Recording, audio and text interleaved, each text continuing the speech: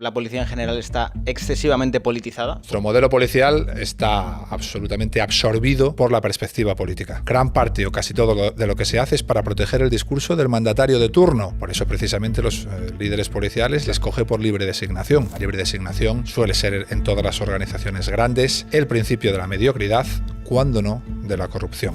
¿Quién es el director general de la Guardia Civil de España? Busquen su currículum. ¿Son policías con experiencia? ¿Tienen estudios en criminología? ¿Tienen algún tipo de trabajo, estudio realizado sobre ciencia policial o criminal? No. El director general de la policía es un tío del partido, un hombre de confianza en el partido. Lleva toda su vida trabajando para el partido. ¿A quién va a proteger? Al partido. El concepto de autoridad ha desaparecido. Para devolverlo a la calle hay que utilizar mucha fuerza. Y eso en política tiene coste. Tú puedes ver a miles de manifestantes tirándote adoquines, tirándote lo que sea, escupiéndote, insultándote, ningún coste político. Ahora, como un policía se salga de la línea y dé 2 gomazos de más, porque lleva 3 horas aguantando insultos, porque se ha metido con su mujer y con su familia el tío que tiene delante, y le están por el pinganillo diciendo, no cargues, aguanta. Eso abre todos los telediarios. La violencia, cuando es aplicada por el Estado, tiene un coste muy alto en política. Hasta que no aparezca un político dispuesto a asumir ese coste, seguiremos perdiendo barrios, seguiremos venciendo ciudades. De los 10 últimos detenidos en Cataluña por terrorismo, creo que 7 o 8 vivían en edificios ocupados. Es el escenario ideal. ¿Qué criminal, qué delincuente, qué terrorista no quiere llegar a un país donde por las fronteras entra a todo Cristo, miles de personas al año, y puedes ir a una ciudad donde sin anotarte en ningún registro, sin ir a ninguna oficina, sin dar tu DNI, tu NIE, sin nada, puedes vivir con el agua y la luz que te facilita el ayuntamiento? Es que un tipo que viene de Venezuela huyendo del hambre de Maduro comparte conmigo lengua, usos sociales, música, religión. Es que a este tipo, para integrarle, no necesitas hacer nada más que darle un trabajo. Pero a uno que viene del África subsahariana o a uno que viene del norte de África, es que no es así. No es una cuestión de racismo y xenofobia. Es que viene de un mundo y de una civilización que nada tiene que ver con la tuya. Tú vas en un coche tan tranquilo, con tu Coca-Cola en el mirando por la ventana, y suena Fénix 14, calle Venezuela 14, agresión sexual en curso, por favor, urgente. Desde ese mismo momento, las pulsaciones suben, la adrenalina sube. Entonces enciendes los prioritarios, el ruido de la sirena, las luces, cada vez suben más. Y tú quieres llegar, y la siguiente curva casi te matas. Y dice, no, yo es que estoy en contra de la violencia, soy una persona pacífica, dicen. Digo, vamos a ver, hija mía, ¿tú qué capacidades tienes para la violencia? ¿Tienes armas? ¿Uso de armas? ¿Has aprendido a manejarlas? ¿Enfrentamientos armados? ¿Has utilizado la violencia muchas veces en tu vida? ¿Has pertenecido a una fuerza o cuerpo de seguridad? ¿Tienes experiencia de combate? ¿Haces deportes de combate? Nada, absolutamente nada. Entonces tú no eres pacífica. Yo puedo decir que soy pacífico. Y Ione, tú no puedes. Tú eres inofensiva.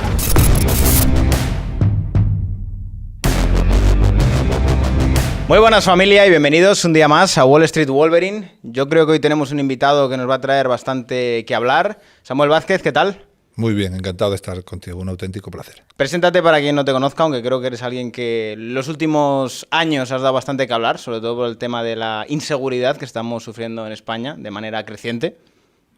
A grosso modo, soy Samuel Vázquez, presidente de una policía para el siglo XXI, que es hoy por hoy la asociación prescriptora de ciencia policial más grande que hay en España. Soy graduado en criminología por la Universidad de Salamanca y en los últimos 20 años he sido miembro de los grupos operativos de respuesta de la Policía Nacional en el sur de Madrid. También soy escritor y articulista. Más o menos es eso. ¿Qué te llevó a estudiar criminología? Mejorar. Desde el principio vi que el modelo policial no me gustaba. Vi que no servíamos bien a los ciudadanos, pero sí servíamos bien a las estructuras de poder y a los discursos políticos.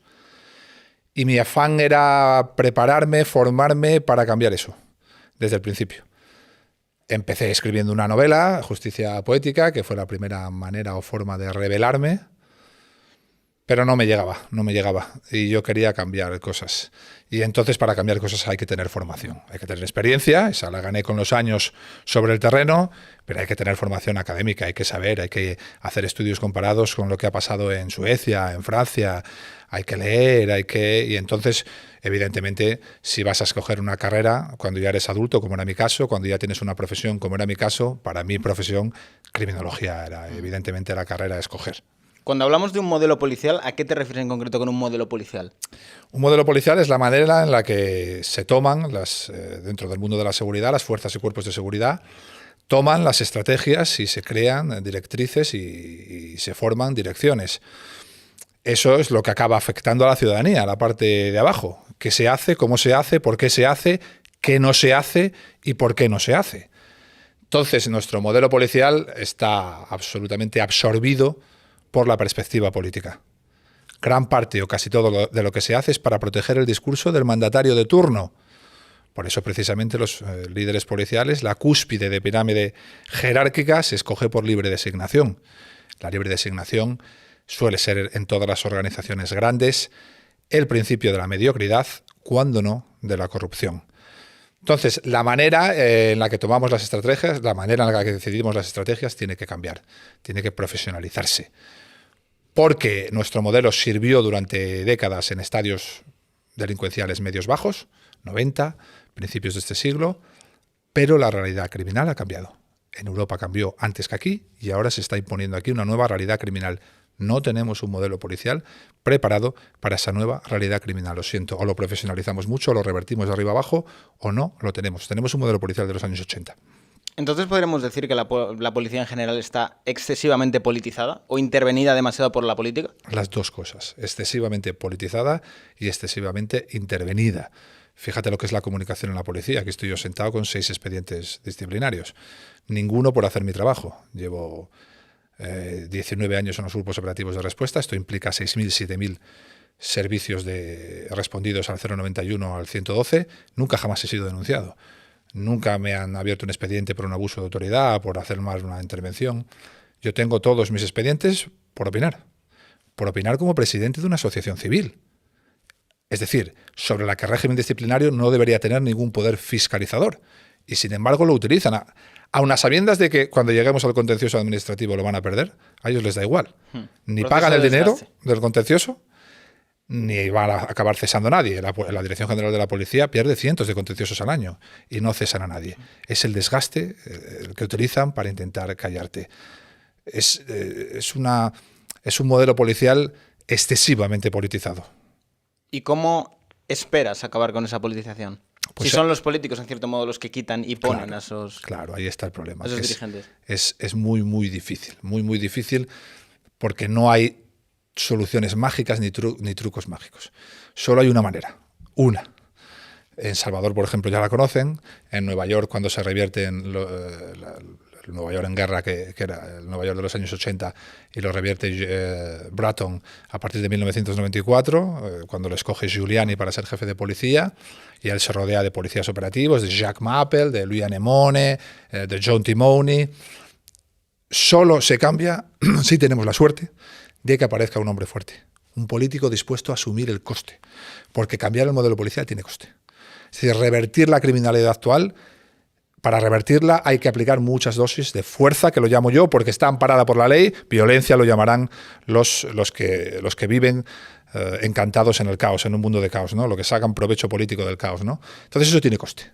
Bukele ahora tiene mucha aceptación, sí, pero durante su primer año tuvo críticas. Yo creo que ¿quién faltó por criticar a Bukele? La ONU, el Greenpeace, todas las organizaciones. Tiene coste.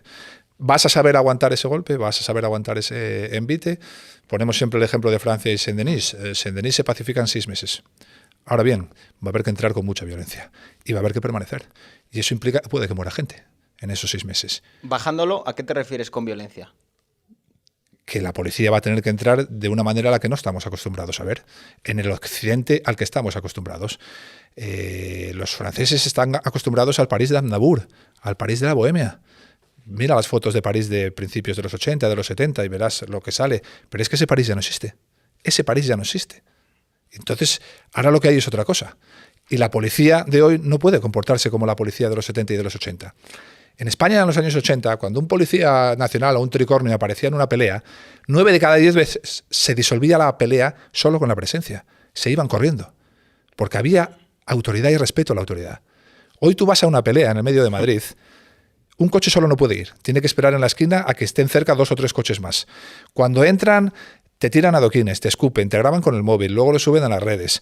Y tienes que utilizar y llamar refuerzos a 10, 15 policías para acabar con la pelea. El concepto de autoridad ha desaparecido. Entonces, para devolverlo a la calle hay que utilizar mucha fuerza. Y eso en política tiene coste. Tú puedes ver a miles de manifestantes tirándote adoquines, tirándote lo que sea, escupiéndote, insultándote. Ningún coste político. Ahora, como un policía se salga de la línea y dé 2 gomazos de más, porque lleva 3 horas aguantando insultos, porque se ha metido con su mujer y con su familia el tío que tiene delante, y le están por el pinganillo diciendo, no cargues, aguanta. Y en un momento dado somos seres humanos, un policía se escapa de la línea y da 2 o 3 gomazos de más. Eso abre todos los telediarios. Todos los telediarios. La violencia, cuando es aplicada por el Estado, tiene un coste muy alto en política. Hasta que no aparezca un político dispuesto a asumir ese coste, seguiremos perdiendo barrios, seguiremos venciendo ciudades. ¿Tú concibes un desencanto dentro de la policía en general, más en la parte baja? No es que lo conciba.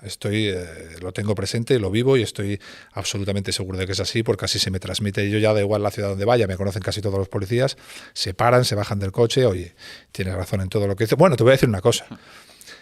Cada vez más mandos policiales, en privado, porque te supone la carrera en público, se te acercan o te llegan mensajes, consiguen tu teléfono de alguna manera y te dicen, estás en el camino correcto. Ojalá se pueda hacer lo que tú dices, estás en el camino correcto. Cada vez más mandos policiales. Lo que es los policías operativos es prácticamente unánime. Cualquier policía en la calle hoy sabe que no lo estamos haciendo bien, lo sabe.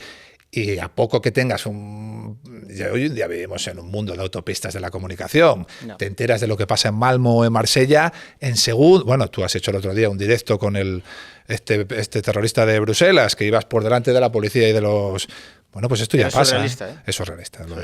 Lo de Bruselas es inaceptable, es incomprensible. Y eso es realista, efectivamente eso es realista. Una pregunta que yo creo que tendrá mucha gente. ¿Cómo puede tardar tanto en actuar la policía? Bueno, yo frente a algo así. Es que yo creo que nadie es capaz de inferir por qué. No, pero ni yo.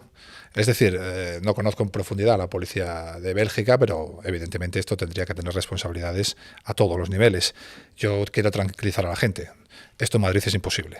Imposible. Punto. No es discutible. ¿Cuánto se tardaría en ese señor en Madrid, antes de 5 minutos, tiene en cola a varios indicativos. Nuestro nivel de despliegue a nivel urbano de lo que es la atención de llamadas y de servicios de emergencia in situ, es decir, los Zetas y la UPR en Madrid, básicamente, acompañados de la OIP y la Policía Municipal de Madrid, tenemos un nivel de despliegue, no me atrevo a decir que es el mejor de Europa, pero te puedo decir de los mejores. Ese señor en Madrid tendría en 3-4 minutos varios coches en cola. Cosa distinta es abatirle. No. Una cosa es perseguirle, cosa distinta es que si él tiene un arma de guerra y tú un HK 9 milímetros para Bellum, ¿cómo lo abates? Es decir, que para abatirle probablemente habría habido bajas. Porque no tenemos la formación, a pesar del nivel de alerta del que llevamos desde hace años, no tenemos los materiales, no tenemos las estrategias, no lo tenemos, porque es un modelo no dirigido a proteger ciudadanos y policías, los policías son los que protegen a los ciudadanos, sino dirigido a proteger estructuras de poder, y por eso no lo tenemos. No sé cómo se le habría batido. Sí sé que es inviable que antes de 5 minutos ese señor no tuviera policías detrás. Inviable en Madrid. Una pregunta que yo creo que se hará también mucha gente. ¿Cómo llega a manos de un terrorista un M16? Claro, cuando abres todas las rutas, cuando somos un coladero, cuando los lobos les permites ocupar territorios, imponerse, expandirse, pues es relativamente fácil. Date cuenta que estamos rodeados de... Europa es un poco todavía pues ese espacio ideal para vivir, ¿no? Ese espacio de paz y tranquilidad. Pero estamos rodeados de un mundo que es un mundo muy violento y de guerras, y de esas guerras salen muchas armas y existen mercados negros. Y existen líneas de penetración muy sencillas porque nuestras fronteras son muy débiles. Europa tiene unas fronteras. Europa es económicamente lo más potente, Occidente es lo más potente del mundo. Tenemos los sistemas más avanzados en todo, tenemos el estado del bienestar más avanzado, pero nuestras fronteras son muy permeables y están muy mal vigiladas. Y eso sirve para la trata de seres humanos, sirve para la trata de armas, sirve para todo tipo de mercado negro. Hay una escena en una serie italiana de estas de la mafia, no, Suburra, hay una escena en la que hay una reunión al más alto nivel entre un enviado papal, una política y un miembro de la policía, digamos, medio comprado o comprado entero, en el que le anuncian al enviado del Papa es que la mafia ha descubierto ya que la trata de seres humanos es la droga del siglo XXI, es decir, que ahora el dinero lo van a sacar de aquí. Todo el dinero que sacaron con la droga en el siglo XX lo van a sacar con la trata de seres humanos. Con el nivel de protección fronteriza que tenemos hoy en día, es muy difícil que no entren armas en Europa. Es muy, muy difícil. Entran y estamos viendo atentados con Kalashnikov, atentados como el del otro día, son armas de guerra. Sí. Y las seguiremos viendo, es así. Y además también con el tema del narcotráfico. Si no me equivoco, creo que estamos en máximos históricos de llegada de cocaína, al menos en Europa. Claro, es que tú cuando generas una estructura de ruta, esa ruta queda abierta para todo lo que tú... Y hoy en día, antes nosotros tenemos una noción de los 80 de que los clanes de la droga, pues en España, te acordarás de los clanes gallegos, que recibían la droga de los clanes colombianos, todo estaba como muy distribuido, ¿verdad? Y otro tipo de personas se dedicaban a otro tipo de delitos, pero ahora todo es muy global. Yeah. Ahora todos utilizan las estructuras y las estrategias de otros porque se unen. Y los grupos criminales, los que son grandes, potentes a nivel global, pueden utilizar y pueden usar la droga y pueden utilizar la trata de seres humanos y la trata de blancas y pueden utilizar el tráfico de armas, todo el mismo grupo. Y han creado una red y una ruta y les sirve para todo, porque vivimos en un mundo muy global, porque todo se ha acercado mucho. Un viaje que era impensable hace 40, 50 años, hoy se hace en nada, hoy se hace en absolutamente nada. Entonces somos permeables, muy permeables al mal, muy permeables a todo lo que puede favorecer a nuestra propia autodestrucción. Comentabas antes sobre Suecia. ¿Qué ha pasado en Suecia para pasar de ser, yo diría que el país más seguro del mundo, a uno de los países que más tiroteos tienen a la semana? Bueno, pues esto, ¿qué ha pasado en Suecia? Pues lo mismo que está pasando aquí, que estamos en manos de los peores en el peor momento. En Suecia este momento fue hace 20 años, igual que en Francia. Que esto no lo sabe mucha gente. Hay gente que se cree que todavía Suecia es un lugar tremendamente apacible. Sí, lo era hace muy poco. Es que Suecia se venció antes que Francia. Francia tardó todavía un poco más, pero Suecia fue 10 años, un poquito más. Si no me acuerdo ahora el nombre de la jefa de policía de Estocolmo, pero si vas a a YouTube y buscas una entrevista a CNN México con la jefa de policía de Estocolmo, Karin Gottlieb, es de hace 15 años, no más. México sabes que tiene un problema grande de violencia. Entonces deciden llamar a un experto. Dice, bueno, vamos a llamar a alguien. ¿Cuál es el país más seguro de Occidente? Suecia. Llama a la jefa de policía de Estocolmo. Y va allí la señora, que la señora es pues la típica PAN aquí en España, ¿no?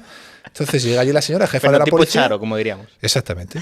Y dice, ¿y ustedes qué han hecho para que las calles de Estocolmo? Y dice, nosotros evidentemente hemos aplicado, no nos ha temblado el pulso al aplicar la perspectiva de género en la configuración de mandos, hemos ido a las escuelas porque estos son problemas sociales, no criminales, la policía es la mínima intervención, el problema real son las ayudas sociales, la educación, todo el discurso que estás escuchando aquí, sí. La Agenda 2030, 20 años antes del 2030, ¿vale? Todo, y en realidad no era nada de eso. Sí. No era nada, absolutamente nada de eso. Estaban los carteles así. Claro, hacedlo. Claro. Comenzaron a llegar los procesos de inmigración ilegal desbordada, que no tienen nada que ver con la inmigración. La inmigración es un activo para un país. Los procesos de inmigración ilegal desbordados en el espacio y en el tiempo de personas procedentes de territorios con los que no compartes nada, ni cultura, ni idioma, ni religión, ni el trato y el respeto hacia la mujer, nada. Fueron desbordados en Suecia, luego fueron desbordados en Francia. Eso impactó. ¿Y a quién tenían al frente de la seguridad en Suecia? A la PAM esta. Claro, yo que me gusta mi mundo y lo estudio y lo investigo, digo, voy a ver quién es esta señora. Porque digo, yo que será como yo, tendrá un currículum. Era profesora de primaria. Joder. Le habían puesto de jefa de policía, ¿por qué? Porque tenía el carnet del partido y protegía el discurso del partido. Entonces ahora yo le digo a los españoles, ¿quién es el director general de la policía en España? ¿Quién es el director general de la Guardia Civil de España? Busquen su currículum. ¿Son policías con experiencia? No. ¿Tienen estudios en criminología? No. ¿Tienen algún tipo de trabajo, estudio realizado sobre ciencia policial o criminal? No. El director general de la policía es un tío del partido, un hombre de confianza en el partido. Lleva toda su vida trabajando para el partido. ¿A quién va a proteger? Al partido. Es un buen mensaje este, ¿eh? O sea, es un buen mensaje yo creo para que cambiar. va a dar que pensar mucho, porque yo creo que poca gente es consciente de lo politizada que está la policía y al nivel de riesgos que puede llegar a llevar al ciudadano. Claro, priorizar la perspectiva política sobre la profesional. Sí, estás protegiendo a un político y no a la gente. Es dejar a los ciudadanos a los pies de los caballos. ¿Cuánto llevamos en la alerta 4? Desde el 2014. Yo he formado parte todo ese tiempo de los grupos operativos de respuesta. Yo soy el primer interviniente. Si estalla una bomba, si hay un atentado, un incidente AMOC en mi territorio, yo soy el primer coche que llego. A mí y a mis compañeros. Sí. No nos ha mejorado la formación, no nos han mejorado los materiales, no nos han mejorado las estrategias desde el 2014. En un nivel de alerta 4, el que tiene formación, que hay miles de policías con formación excelsa, y el que tiene materiales para un stop bleeding, por ejemplo, ¿no? que ya todas las semanas un policía salva parando una hemorragia a alguien, solo tienes que ir a la prensa, en España, ¿no? es porque se lo ha pagado de su bolsillo. ¿Cómo? Que se lo ha pagado de su bolsillo. Cuando tú ahora vas por Madrid, ¿verdad? Casi todos los policías de Madrid los vas a ver. Tienen que financiar. Sí. Casi todos los policías que veas tú hoy en Madrid, si los miras por la espalda, vas a ver que tienen un aparatito así, IFAC, que es con una cruz roja, ¿vale? Eso, si mañana te hieren con un cuchillo a ti, el primero que va a llegar es un policía. Porque los policías patrullamos sectorizando la ciudad. Los bomberos salen de una base, las ambulancias salen de una base, pero el primero que llega es el policía. Esos 5 o 10 minutos hasta que llegue la ambulancia son la diferencia entre la vida y la muerte. Si te estás desangrando, ese policía te va a hacer un stop bleeding con ese material. El curso para hacer ese stop bleeding le costó 400 euros y no se lo pagó nadie, se lo pagó él de su nómina. Y el material para hacer ese stop bleeding le costó 100, 200 euros. Y si lo gasta tiene que comprarse otro. Y se lo compra él de su bolsillo. ¿Dónde está el dinero? ¿Dónde? En pintando los bancos de morado y los semáforos poniéndoles faldas. Ahí está el dinero. El dinero no está donde tiene que estar para proteger ciudadanos. Está siempre para proteger el discurso político del mandatario de turno. Y así llevamos 40 años. Entonces, teniendo en cuenta todo esto, ¿qué se le da a un policía de base? A un policía para poder actuar. Se le da la pistola, los grillos y la defensa, que llaman habitualmente porra. Y el resto son extras que si él quiere. Ahora, gracias a Dios, la política de chalecos ha mejorado mucho en relación a cuando yo entré, ¿vale? Cuando yo entré era impepinable nada más llegar a la policía. Sí, pues dependiendo de cómo estuvieras tú económicamente, porque hay gente que entra en la policía y no ha trabajado nunca en otra cosa. Entonces es su primer sueldo, como digamos. Pero era impepinable ir a gastarte 500 euros de tu primera nómina en un chaleco. Era impepinable porque no te lo daba nadie, absolutamente nadie. Esto cambió, es triste decirlo, porque es triste decirlo. Pero bueno, hay que decirlo, ya está. Hay que decirlo y punto. Esto cambió con la muerte de nuestra compañera en Galicia en un atraco, que encima iba acompañada por una persona que había sido ex-geo. Respondieron, primer interviniente, llegaron allí, salieron los atracadores justo en ese momento del banco, abrieron fuego, dejaron malherido al compañero y a la compañera la asesinaron, a una compañera de Policía Nacional en Galicia. Eso provocó cierto revuelo, ¿vale? Y siempre tiene que haber la desgracia para que haya un cambio en la política. Pero ¿y por qué? ¿Pensaron en la compañera? No pensaron en la compañera. Pensaron en el coste político que tendría que hubiera habido otra muerte sin chaleco. Dijeron, esto no puede volver a pasar, nos va a costar muchos votos. Fíjate cómo sería la cosa. Y ahora estoy hablando de un gobierno del PP, no estoy hablando de Marlaska estoy hablando de hace años, ¿vale? ¿Cómo sería la cosa? ¿Cuánta prisa tendrían en comprar los chalecos para que no hubiera otra desgracia que les pudieran achacar a ellos, a la Dirección General? ¿Cuánta prisa tendrían que, habiendo fallecido, como había fallecido una compañera, compraron todos los chalecos iguales? No compraron chalecos ergonómicos para las mujeres porque las mujeres tienen pechos, necesitan chalecos ergonómicos. Tenían tanta prisa y esa prisa es la prisa que nace de lo que estamos hablando desde que empezó esta entrevista, de proteger la estructura de poder. Es decir, nos han matado a una chica, no llevaba chaleco. Si nos matan a otro la semana que viene va a tener un coste político importante. Compra rápido chalecos y repártelos rápido. Cuando llegaron a las comisarías, yo me acuerdo de aquello, te llamaban, ven que tienes que firmar. Digo, hombre, estoy en mi día libres. No, tienes que firmar. Tienes que firmar es que a partir de que firmes, ya te hemos dado un chaleco. Si te pasa algo, la administración ya ha cumplido. Todo se hace con esa perspectiva. Todo, absolutamente todo eso, hay que cambiar esa mentalidad. Pero a nivel de presupuesto está tan ajustado el tema de seguridad. Pero sí se gasta dinero. Es que me llama la atención que haya dinero, no sé, para un estudio de grillo salvaje. Exacto. Y no haya, no sé, me llama mucho la atención. Exacto. Hay dinero para todo, menos para lo que de verdad el ciudadano necesita que el policía de su barrio esté formado, tenga materiales y haya los policías suficientes para proteger ese trozo de terreno. Eso es lo que necesita el ciudadano. El ciudadano no necesita ni desfiles, ni estudios de impacto de esto y del otro, no, necesita eso. Eso es lo primero. Cuando tengas eso garantizado, vamos, si nos sobra dinero, hacemos lo que quieras hacer, si nos sobra dinero. Pero es que no tienes eso garantizado. Es que hay ciudades en España de 150.000 habitantes, un nivel delincuencial medio alto, donde hay sábados que hay por la noche 1 o 2 coches de policía. 2 coches de policía. Eso es una barbaridad. Pero luego tú dices, claro, ¿será que hay pocos policías en España? Tenemos de los índices más altos de policías por habitante, más que Alemania, más que Inglaterra, más que tal. ¿Cuántos policías están en labores burocráticas? ¿Cuántos policías están para mantener un sistema y un modelo que casi está permanentemente generando trabajo para sí mismo? Para sí mismo. Pues eso hay que cambiarlo. Eso hay que cambiarlo. El dinero hay que gastarlo en lo que realmente importa. Y lo que importa, lo que debe hacer la policía, es proteger a los vecinos, a los ciudadanos. Ese es su trabajo fundamental. Y para eso debemos focalizar en el policía operativo, no en el mando del despacho, no en el policía de gestión, no en los pasillos de poder, no en las intrigas palaciegas, que es donde se decide todo aquí, en este modelo. No. En esta gente que protege en primera línea, policía de investigación, de científica, un Z. Eso es la base, eso es la prioridad absoluta, debería ser la prioridad absoluta. ¿Cómo ves el tema de las cuotas de género respecto a la policía? Y respecto a todo, las veo fatal, mal, muy mal. Las cuotas de género son un engaño, cada vez más mujeres se dan cuenta de esto. Son un engaño a un proceso que lleva décadas, que nace de la propia sociedad, que no nace de Pan, Irene, Bon y Van, no, que nace de la sociedad. La sociedad avanza, el papel de la sociedad cambia, la sociedad se transforma, el modelo laboral se transforma, los trabajos de hoy no tienen nada que ver con los trabajos físicos de hace muchos años. Entonces la mujer va incorporándose y va ganando, ganando protagonismo en la sociedad, pero con paso firme, con conquistas que ya nunca las pierdes. Entonces aparece el político de turno, el analfabeto integral, que no tiene currículum de nada, pero se le dan un ministerio y 500 millones para gastar, y dice, no, estas conquistas son gracias a mí. ¿Pero cómo gracias a ti? Si esto vienen peleándolo las abuelas, las madres. No, son gracias a mí. Y como no puede demostrar que son gracias a ella, acelera el proceso. Un proceso que lleva un tiempo, sosegado, poco a poco, ella lo acelera para decir, esto es gracias a mí. Entonces, esos procesos de aceleracionismo que se estudian, por ejemplo, en los grupos criminales, en los grupos ultras, en las sectas y todo esto, tienen un impacto muy negativo en la sociedad. Yo siempre pongo el ejemplo de un atleta.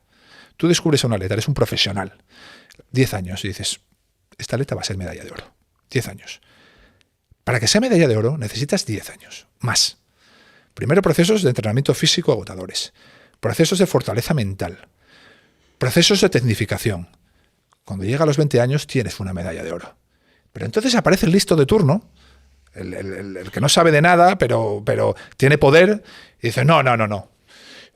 Esta va a ser medalla de oro, pero vamos a hacer una ley para que sea a los 15 años, no a los 20. 5 años antes va a ser medalla de oro porque las conquistas se ganan y estamos hartas del heteropatriarcado y hemos llegado para no ceder y para conquistar. ¿Qué pasa si pretendes acortar ese proceso 5 años? El entrenamiento físico comienza a generar lesiones. Las lesiones comienzan a generar procesos de frustración mental. Los procesos de frustración mental afectan a la tecnificación y al resto de la preparación. Has agotado al atleta. La atleta que iba a ser oro, la has destrozado. Las cuotas y el resto de políticas de género son exactamente eso. Es pretender acelerar un proceso que no va acorde a la velocidad que lleva la sociedad. La sociedad ya lleva avanzando décadas. El papel de la mujer cuando acaba el franquismo no tiene nada que ver con el papel de la mujer cuando empieza el franquismo. El papel de la mujer cuando entra el siglo XXI no tiene nada que ver con el papel de la mujer cuando empieza la democracia. Es un proceso natural. No necesitamos a Irene y a Pan para eso. Es un proceso natural. Irene y Pan vician ese proceso. Le pretenden acelerar. No, esta vez en la Guardia Civil no va a entrar un 15% de mujeres, que es las que han pasado las pruebas. No, va a entrar un 25%, porque hemos dejado de ser heteropatriarcales. ¿Qué has conseguido?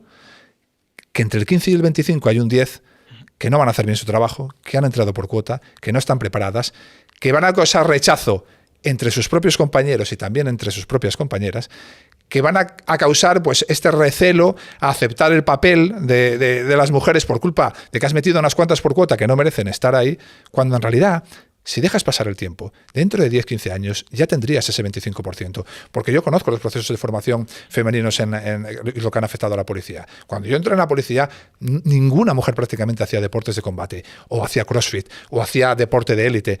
Hoy ves llegar a compañeras muy jóvenes con 1 o 2 carreras, pero que además hacen boxeo, hacen jiu-jitsu, hacen crossfit. Es un proceso natural. Si lo vas a tener, lo vas a conseguir, pero ellas no quieren conseguirlo. No. Ellas quieren llevarse el crédito de haberlo conseguido. Ellas quieren pasar a la historia, trascender, como la reina Isabel. Pero no te pareces en nada a la reina Isabel. Claro, estás a océanos de distancia por ponernos fílmicos de la reina Isabel, hija mía. No, es que no. ¿Cuál dirías que es el arte marcial más útil para un policía?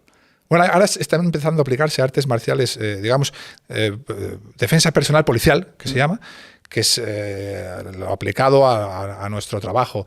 Pero ahora yo creo que lo que más Lo que más se utiliza ahora es todo aplicado, no sé si lo pronuncio bien, esto de grappling, de agarrarse, y que es algo muy relacionado con el jiu-jitsu, ¿no? Sí, Que es ahora, yo creo, que sería el arte marcial más cercana a lo que es el trabajo policial. El jiu-jitsu sería ahora mismo... Sí, derribar y... Exactamente. Y eso, tú vas a una academia hoy de policía de cualquier cuerpo y hablas de jiu-jitsu y se creen que es una película japonesa. No seguimos igual que en los años 80, tanto en los entrenamientos como prácticamente todo, ¿no? Hay que llevar a profesionales, aunque sean de fuera, no pasa nada. Hay que llevar a profesionales de verdad y agotar a los alumnos en Ávila durante el año que estén allí, agotarles en procesos como este del jiu-jitsu para que luego no veamos algunas intervenciones que lamentablemente hemos tenido que ver en este tiempo atrás, ¿verdad? Donde la gente empieza a perder la confianza en la policía, sí. Porque no han salido bien esas intervenciones. Yo no le echo la culpa a los policías, yo les echo la culpa a los procesos de formación oficiales que son insuficientes. Hablamos antes de Bukele.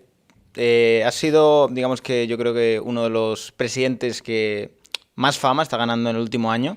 ¿Crees que realmente todo lo que ha conseguido se podría conseguir de otra forma? ¿Había otra vía? ¿No había otra vía? No, en El Salvador no había otra vía.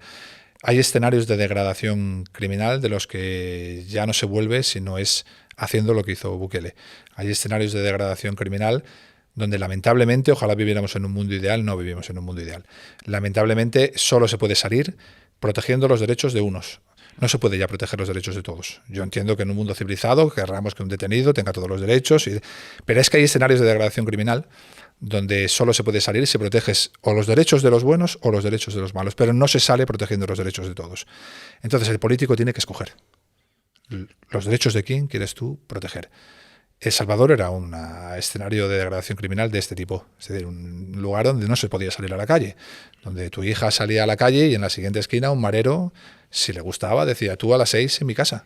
Y si a las 6 no estaba esa hija en casa para ofrecerse sexualmente, acababa con la cara marcada por una navaja y probablemente el hermano con una paliza detrás de una casa.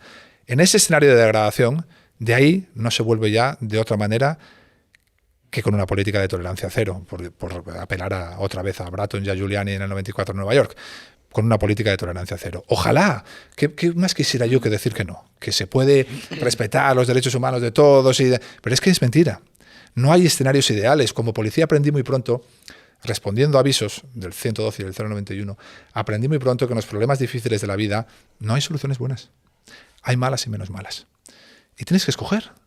Y esa es la labor del político. O la mala o la menos mala. El político que te vende la buena, vamos a salir de aquí con educación, políticas sociales, respeto a los derechos humanos. Si tú permites a ese político gobernar en El Salvador y vuelves a El Salvador dentro de 20 años, estaría igual que hace 20 años. Exactamente igual. Y en esos 20 años, ¿cuánta gente ha muerto? ¿Cuántos jóvenes? ¿Cuántas niñas han sido violadas? No podemos esperar por tus políticas. No podemos. Esto hay que revertirlo ya. Escenarios como el de El Salvador necesitan de Bukeles. No hay otra.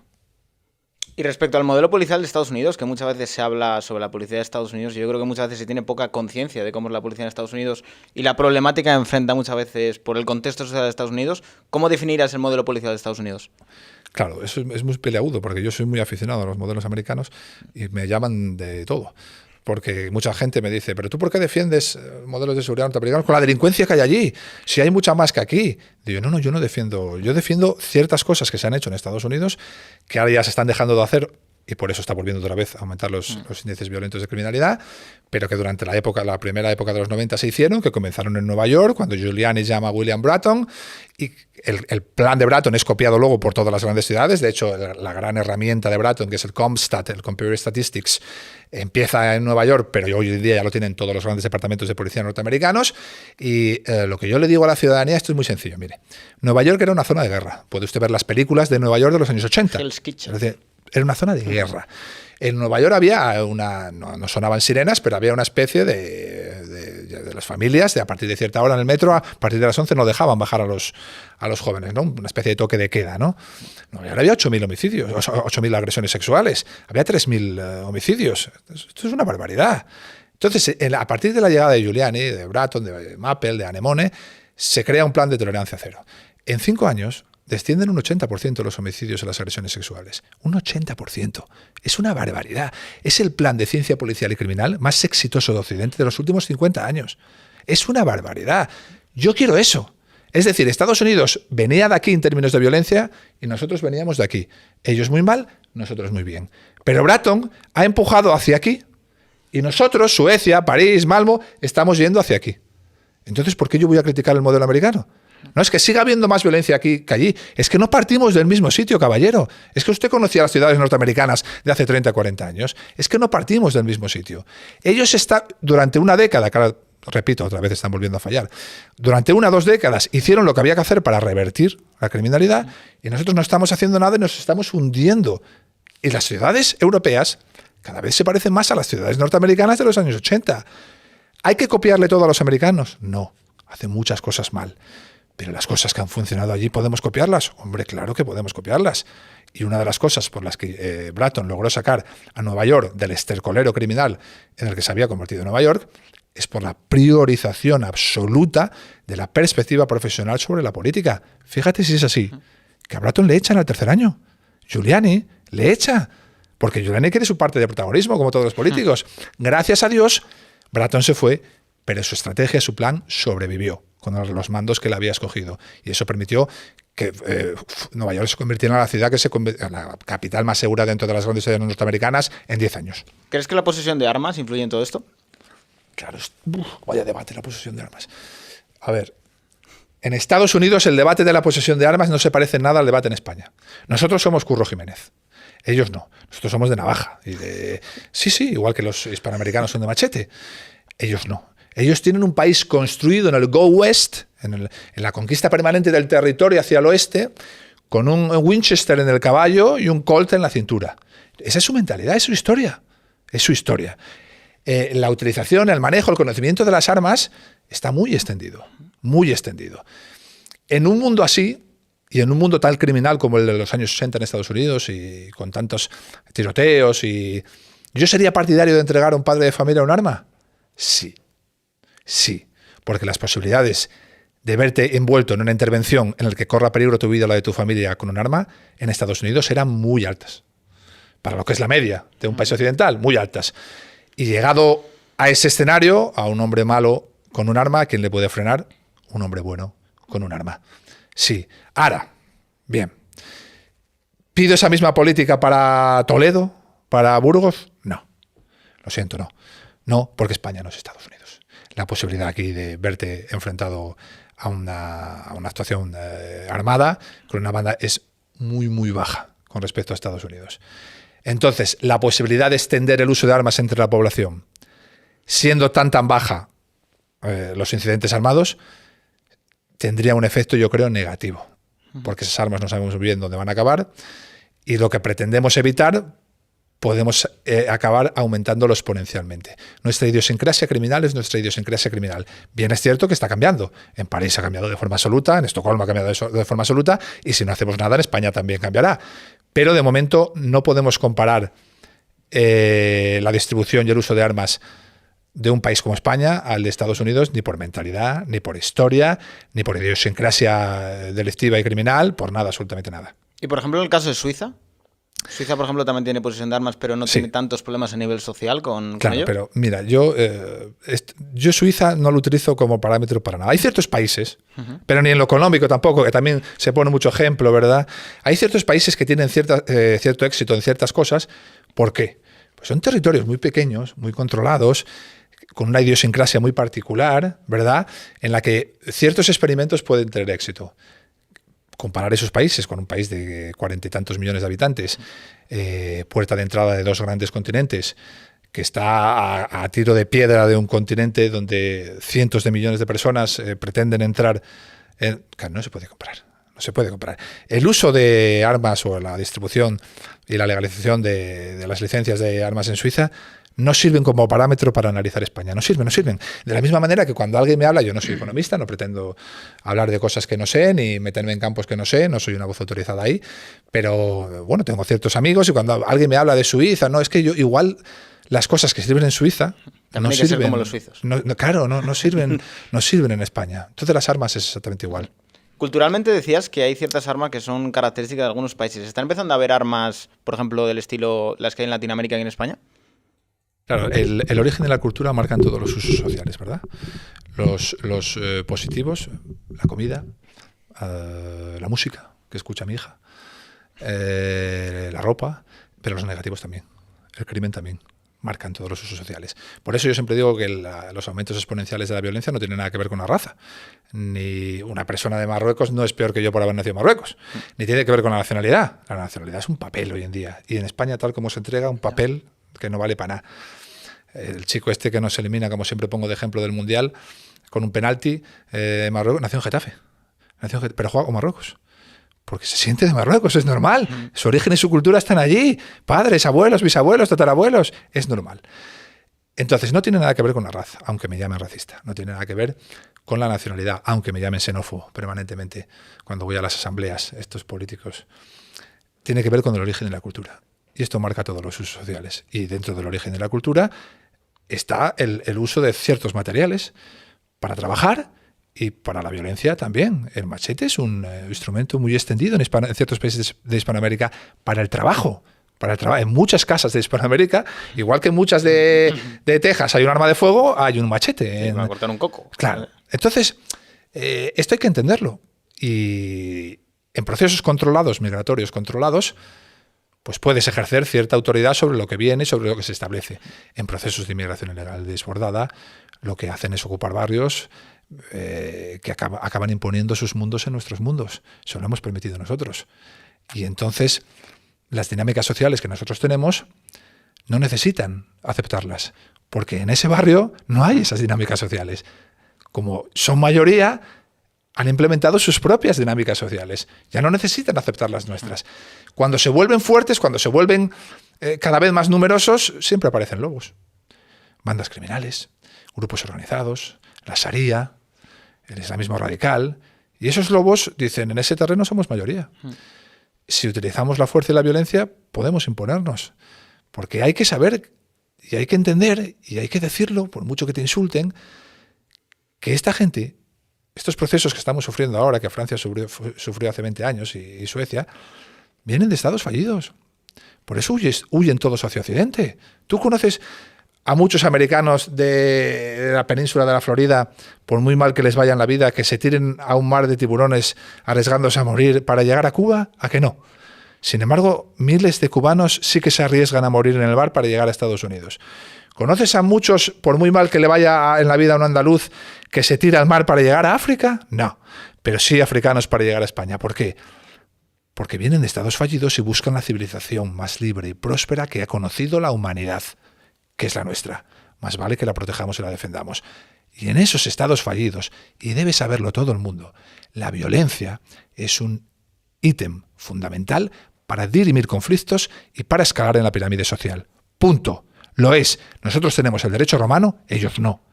Por lo tanto, cuando les permitimos replicar sus mundos en nuestros mundos, la violencia aparece. Lo siento. ¿Me van a llamar racista en la Asamblea de Madrid?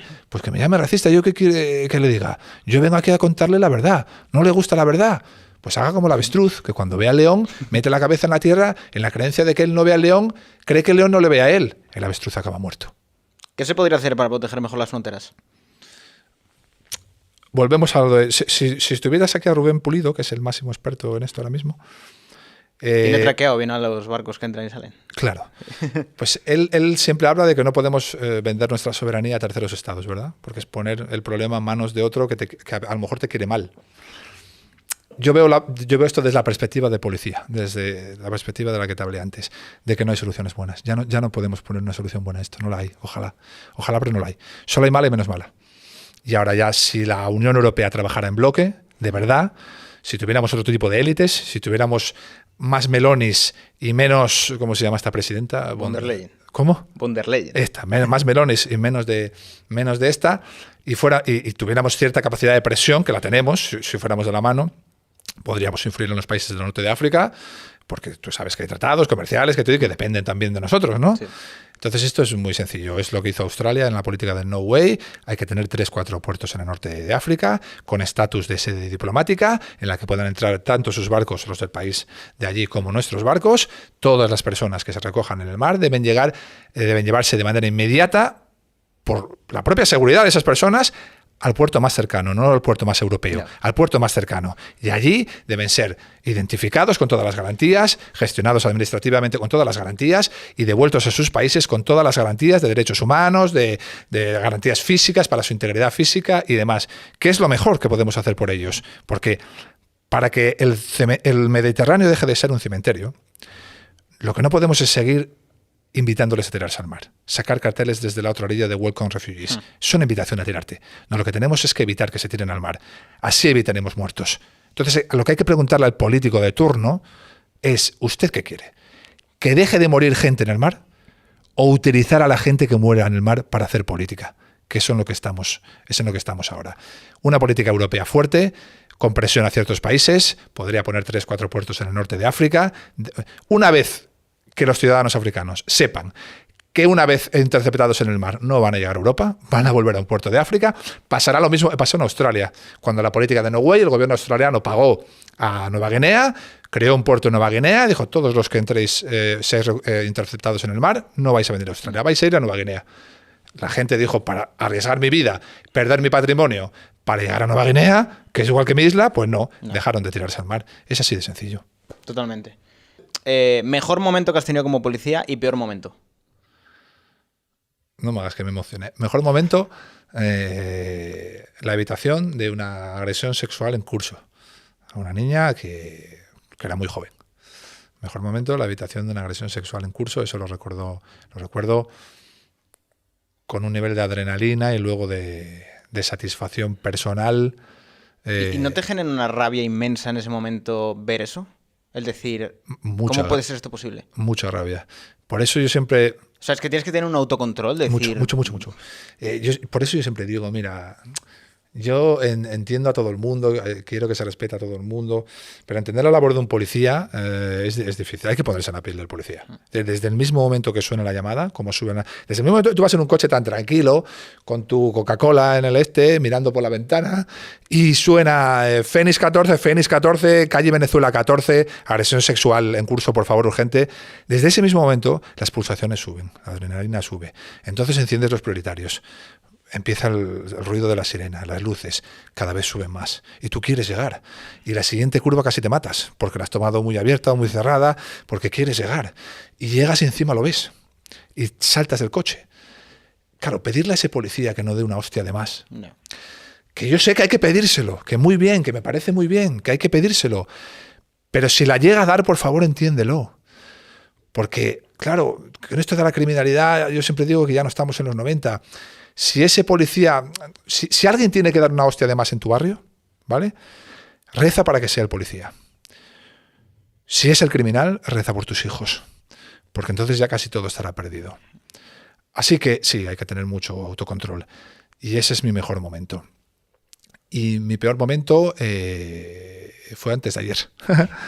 Mi peor momento fue antes de ayer, porque bueno, los que me siguen ya lo saben y por lo tanto no pasa nada. Yo he pasado ahora hace 3 días a servicios especiales en la Policía Nacional. He sido nombrado por las Cortes como asesor de seguridad en un partido político que ha depositado la confianza en el proyecto de una policía para el siglo XXI para revertir la criminalidad que ya es cada vez más preocupante en España. Entonces tuve que ir a la comisaría especial del Congreso.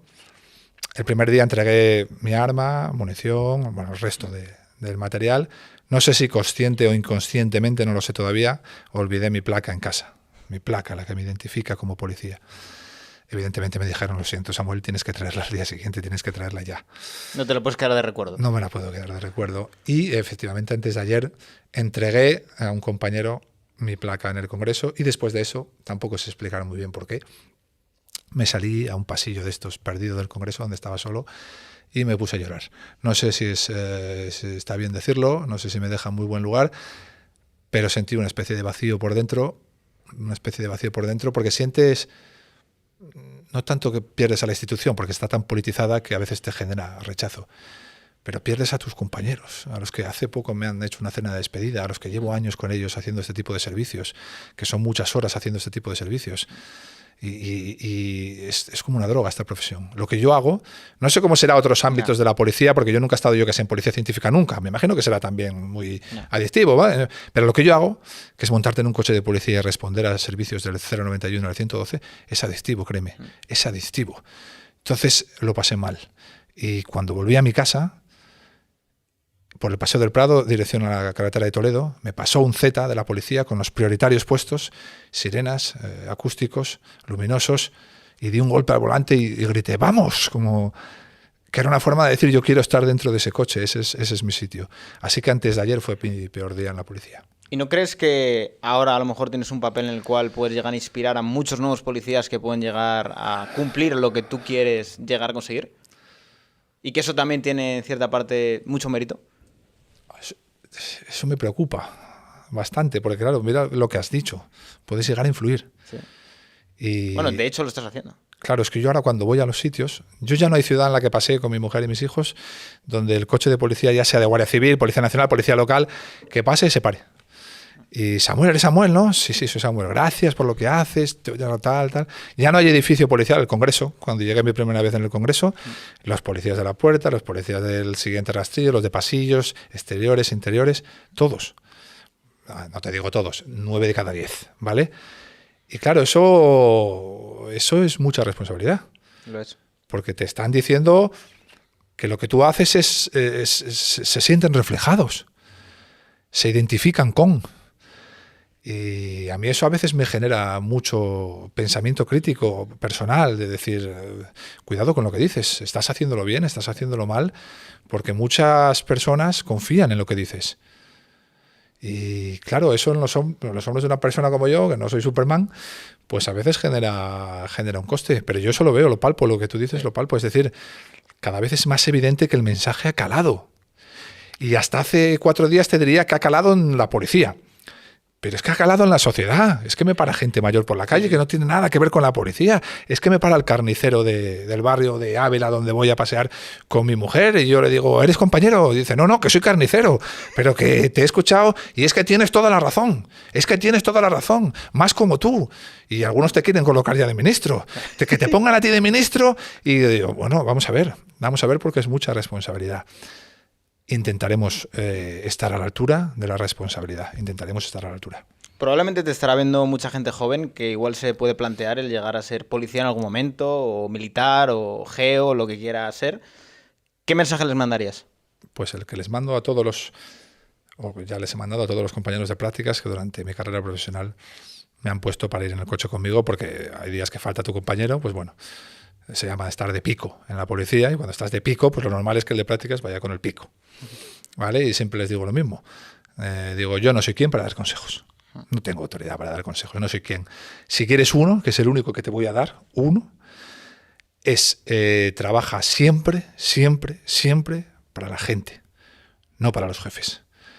Y esto no es nada en contra de los jefes, que algunos se lo toman muy mal, porque hay muchos jefes muy buenos que trabajan para la gente, pero hay otros que no. Entonces, si trabajas siempre para la gente, no te equivocarás nunca. No. Pero si trabajas para los jefes y tienes un mal jefe, puedes equivocarte mucho. Puede irte bien en tu carrera profesional, puedes ir a un puesto mejor, puedes medrar, pero cuando pases los años, te darás cuenta, cuando ya superes la barrera de los 20, 30 años en la policía, que me pasa a mí que me entrevisto con mucha gente ya mayor, jubilados, te darás cuenta de que no ha merecido la pena. No ha merecido la pena. Entonces, para no equivocarte, y a pesar de que hay muy buenos mandos en la policía, trabaja siempre para la gente, no trabajes nunca para los jefes. Anécdota divertida. La que digas, mira, es la vez que más me he reído siendo policía. Pero la vez que más me he reído no es mía, es de mi oficial, Javi. Ahora ya soy inspector, perdón. Que uno de los mejores policías que he visto en mi vida. Un tipo, un policía que sirve para policía, que sirve para oficial, que sirve para su inspector, que sirve para crear grupo, para crear estrategias de grupo, para dirimir conflictos entre el grupo y casi todo lo hace bien.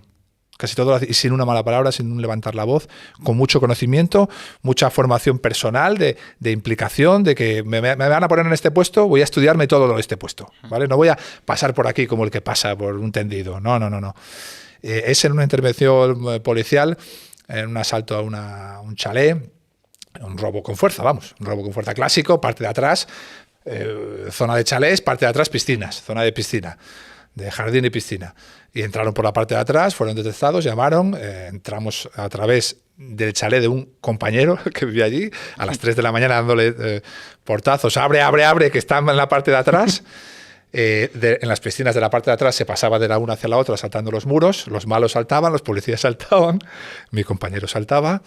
En una de estas se enganchó a uno de los malos y se fueron a la piscina. Se fue, el malo no, se fue mi compañero a la piscina y todavía salía como las escenas cómicas estas de los chistes, salía con el móvil encima de la mano para que se mojara todo menos el teléfono móvil empapado.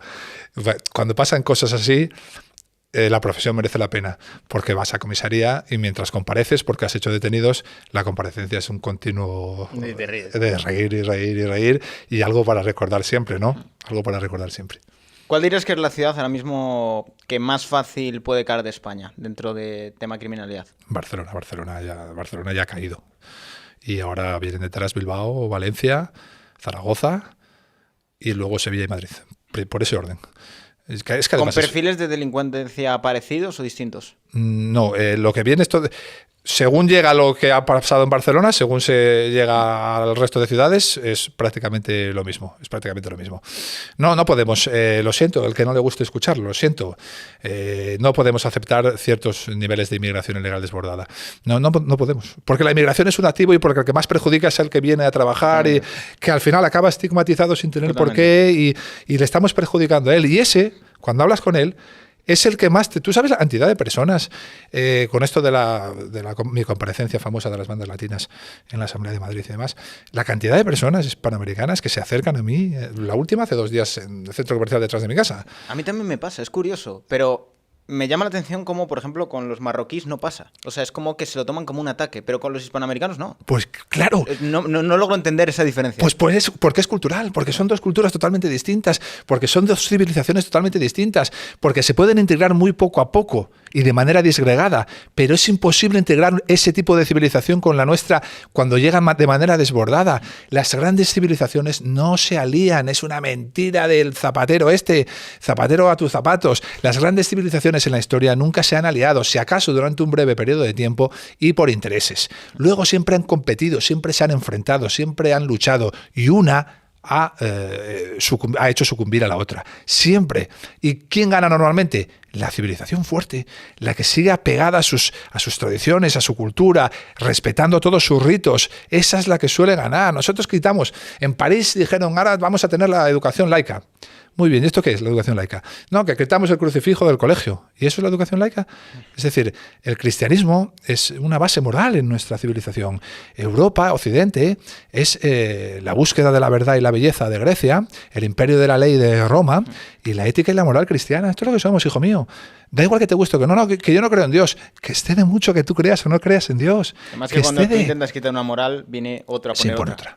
Y cuando tú quitas ese crucifijo, esa pared no se queda vacía. Sí, 1 década, 2 décadas, hasta que llega otra civilización más fuerte. Y ahora no hay crucifijo, ¿no? Lo que hay son miles de niñas que entran con la cabeza tapada. Y lo que hay son comedores escolares con menús personalizados para cierta religión. Entonces, ¿dónde está la escuela laica? Yo hace 15 años ya les decía que la escuela laica no existía. Lo que pasa, como todavía no se había llegado al estadio actual, te llamaban de todo. Los seres humanos, los grupos humanos, el pueblo, la tribu, la escuela, siempre nos vamos a aferrar a algo. Ha sido así desde el principio de los tiempos. Los primeros monumentos descubiertos, son monumentos funerarios. Las excavaciones arqueológicas nos dan monumentos funerarios.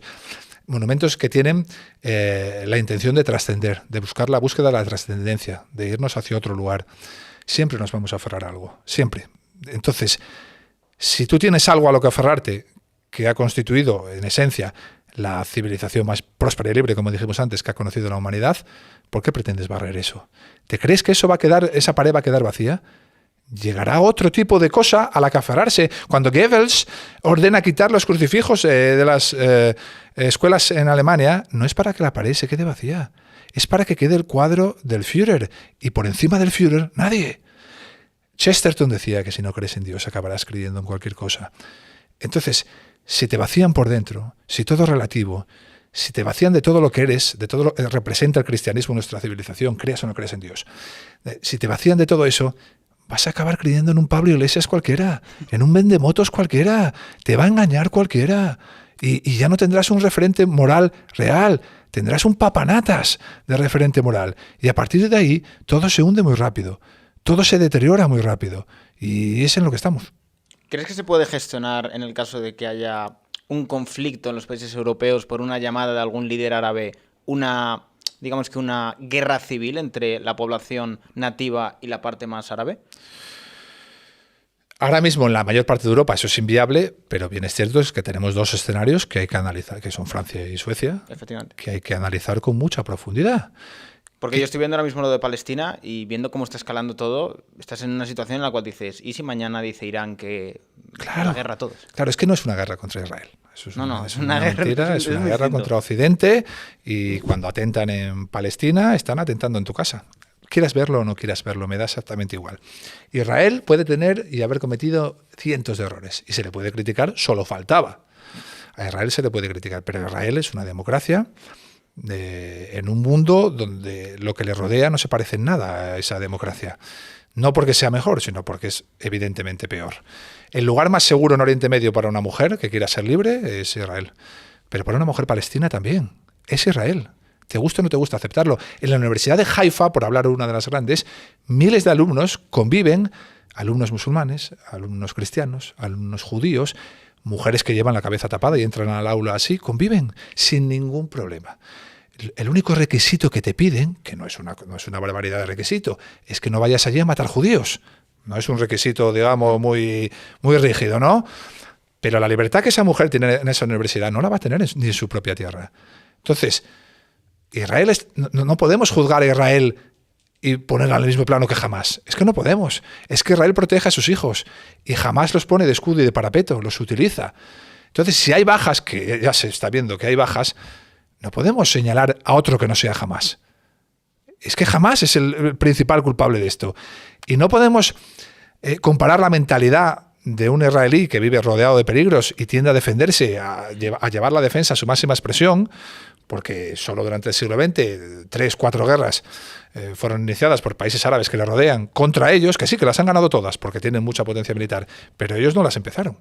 Entonces, podemos discutir de historia, de Judea, de Canaán, para los egipcios, ya vale, lo que tú quieras. Bueno, allí ya había judíos antes de que existiera siquiera el término palestino. Pero aparte que Palestina, desde siempre, en los libros de historia, ha sido más un territorio que un pueblo. Pero bueno, que no voy a entrar en una discusión histórica, no soy una autoridad en la materia, pero no podemos comparar a Israel con Hamás. No, y ahora tenemos políticos en el gobierno que después de las masacres que hemos visto han salido a ir en contra de Israel. No tiene ningún sentido. No tiene ningún sentido. Somos el hazmerreír de Europa. Pero ni siquiera lo más progresista entre comillas, claro, porque de progreso estos no saben nada. Pero ni siquiera los progresistas en el resto de Europa tienen el comportamiento que tienen aquí los socios del gobierno de nuestro presidente. Entonces, claro, una llamada a la ira en Francia, ¿qué podría resultar de ahí?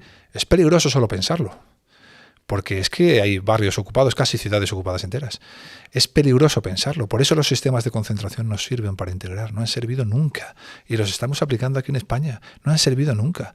Tú no puedes permitir que un barrio se llene de una determinada procedencia, esto de que llamamos barrio moro, ¿verdad? Comúnmente, porque al final vienen de un mundo fallido y acaban instalando ese mundo en tu mundo. Y vas a un barrio moro hoy y en las peluquerías solo entran musulmanes, en las carnicerías no se vende carne de cerdo y en las terrazas de verano nunca se sienta una mujer, solo se sientan varones. Entonces han traído su mundo aquí. Pero si su mundo es bueno, ¿por qué huyen de él? No es bueno, es mentira. Es absolutamente mentira. Para integrar hay que disgregar. Los sistemas de concentración no integran a nadie, porque el joven que nace en ese barrio, en ese mundo, no conoce Occidente. No conoce nuestra... Si todo lo que pasa en ese barrio es lo mismo que pasa en el barrio de origen de sus padres, ¿cómo lo vamos a integrar? Cuando yo nací en el 75, lo digo para el cámara, que antes me echó demasiados años más de los que tengo, nací en el 75, no soy tan viejo, y cuando yo iba al instituto, A principios de los 90, la moda esta de irse a Inglaterra a pasar un año entero, acababas la carrera a lo mejor o antes de empezar la carrera, vete a Inglaterra porque hay que aprender inglés. En España nadie hablaba inglés, no. En Europa todo el mundo hablaba inglés. Entonces vete a Inglaterra y así vas a aprender inglés y cuando vuelvas ya haces la carrera y bueno, ya te van a salir salidas laborales por doquier. Entonces iba el español a Londres. Se pasaba un año fregando platos, que era el puesto de trabajo que le ofrecían, y estaba rodeado de 3 tipos que fregaban platos junto a él que también eran españoles. Se iba al apartamento alquilado y el que dormía con él era de Galicia y el de la puerta de al lado era de Toledo y se tareaba todo el año así. Cuando volvía no sabía nada de inglés, nada. Pero ¿con quién te vas a integrar si siempre estás con los tuyos? Para integrar hay que desagregar. Saint-Denis es lo contrario a la integración. Es imposible integrar en la cultura occidental desde Saint-Denis. Absolutamente imposible. ¿Y cómo integras si de por sí no hay voluntad de esa integración? Muy difícil. Con procesos muy controlados, un control de fronteras muy rígido. Nada tiene que ver el control que debas tener sobre países hispanoamericanos que sobre países africanos. Pero no es juzgar a nadie, es que somos diferentes culturas. Es que un tipo que viene de Venezuela huyendo del hambre de Maduro comparte conmigo lengua, usos sociales, música, religión. Es que a este tipo para integrarle no necesitas hacer nada más que darle un trabajo. Pero a uno que viene del África subsahariana o a uno que viene del norte de África, es que no es así. No es una cuestión de racismo y xenofobia. Es que viene de un mundo y de una civilización que nada tiene que ver con la tuya. Así que para integrarle necesitas mucho más tiempo, muchas más estrategias y muchas más cosas. Si vienen poco a poco, buscando una vida mejor, es fácil integrarle. Si se descontrolan los procesos migratorios, es imposible. La migración tiene que tener unos procesos de control. Tú vas a coger, no sé si vas a coger un avión cuando te vuelvas a tu casa, pero si coges un avión, vas a pasar por un control de papeleo, de pasaporte, de DNI. Tu maleta va a pasar por un arco. Y tú también. Si tu maleta se detecta un corta uñas, te lo van a quitar. Pero al mismo tiempo que te quitan a ti el corta uñas, que eres una persona sin antecedentes y con un trabajo fijo, está entrando un barco con 100 señores. Y no sabemos de dónde vienen. No sabemos si vienen de hacerle la guerra a otra tribu y de haber matado a seres humanos. No sabemos si han agredido sexualmente a mujeres en sus territorios. Y se esparcen por todo el territorio nacional sin ningún tipo de control, mientras a ti te están quitando el corta uñas. No tiene ningún sentido. ¿Cómo puedes llamar a alguien racista por denunciar esto? Que no tiene ningún sentido. Ni siquiera puedes llamar racista a tu abuelo cuando siente miedo en un barrio porque sus vecinos de repente han cambiado el perfil. No siente miedo por una cuestión de raza, no odia a nadie. Siente miedo a lo desconocido. Ve que su barrio ya no es el barrio donde nació y creció. Y todo ser humano siente miedo a lo desconocido. No puedes llamar a ese señor racista porque diga, oye, es que el barrio nos está cambiando. No puedes. Sí, qué fácil es llamar racista a alguien, ¿verdad? Para hacer política. Qué sencillo, ¿eh? Es deshumanizar al de enfrente porque no tienes ninguna manera de contraargumentarle, porque no sabes, porque eres analfabeto. Además, entonces, que le hemos cogido mucho miedo, yo creo que a esos calificativos. En el sentido de que en el momento que ellos sueltan el calificativo de racista, xenófobo, fascista, ya es como que se agacha la cabeza, como, no quiero que me llamen eso. Ha sido así durante mucho tiempo y yo creo que eso está cambiando ahora. Mucho. Está cambiando. Ahora hay más batalla cultural y hay cierto espectro de la sociedad que ha decidido decir basta. Claro. Y te lo dice un asturiano, que siempre yo soy asturiano, de la cuenca minera.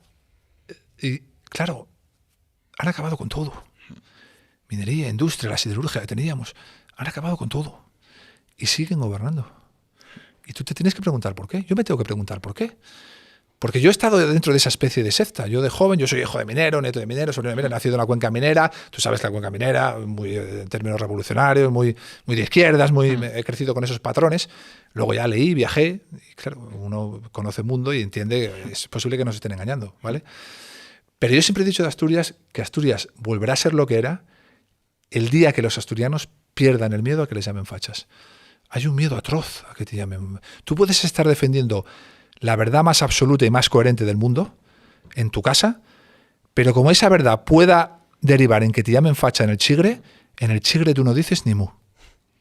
El día que perdamos el miedo a que nos llamen fachas, ese día volveremos a ser lo que fuimos, porque efectivamente hay tal capacidad de coacción social, pero que lo ves a todos los niveles. Ves a Sabina, cualquier persona que haya sido de izquierdas toda su vida, con 90 años te dice, no creo que tenga 90 años, son los que tenga, te dice una frase fuera de la línea argumentativa Sí, y del está poder, fuera. y está fuera. Se ha cargado toda su carrera ya. Toda. Te liquidan, ¿eh? Te liquidan. Un actor que dice ahora no vuelve a hacer una película, ¿eh? Es señalado inmediatamente. Es la muerte civil. Gracias a Dios no estamos en los sistemas comunistas del siglo XX, no te llevan detrás de una tapia y te pegan un tiro. Pero te matan civilmente. Entonces, claro, ¿quién estás dispuesto a asumir ese coste? La gente tiende a adaptarse como método de supervivencia. Jordan Peterson decía que lo que tenemos que aprender del nazismo es que el nazi eres tú.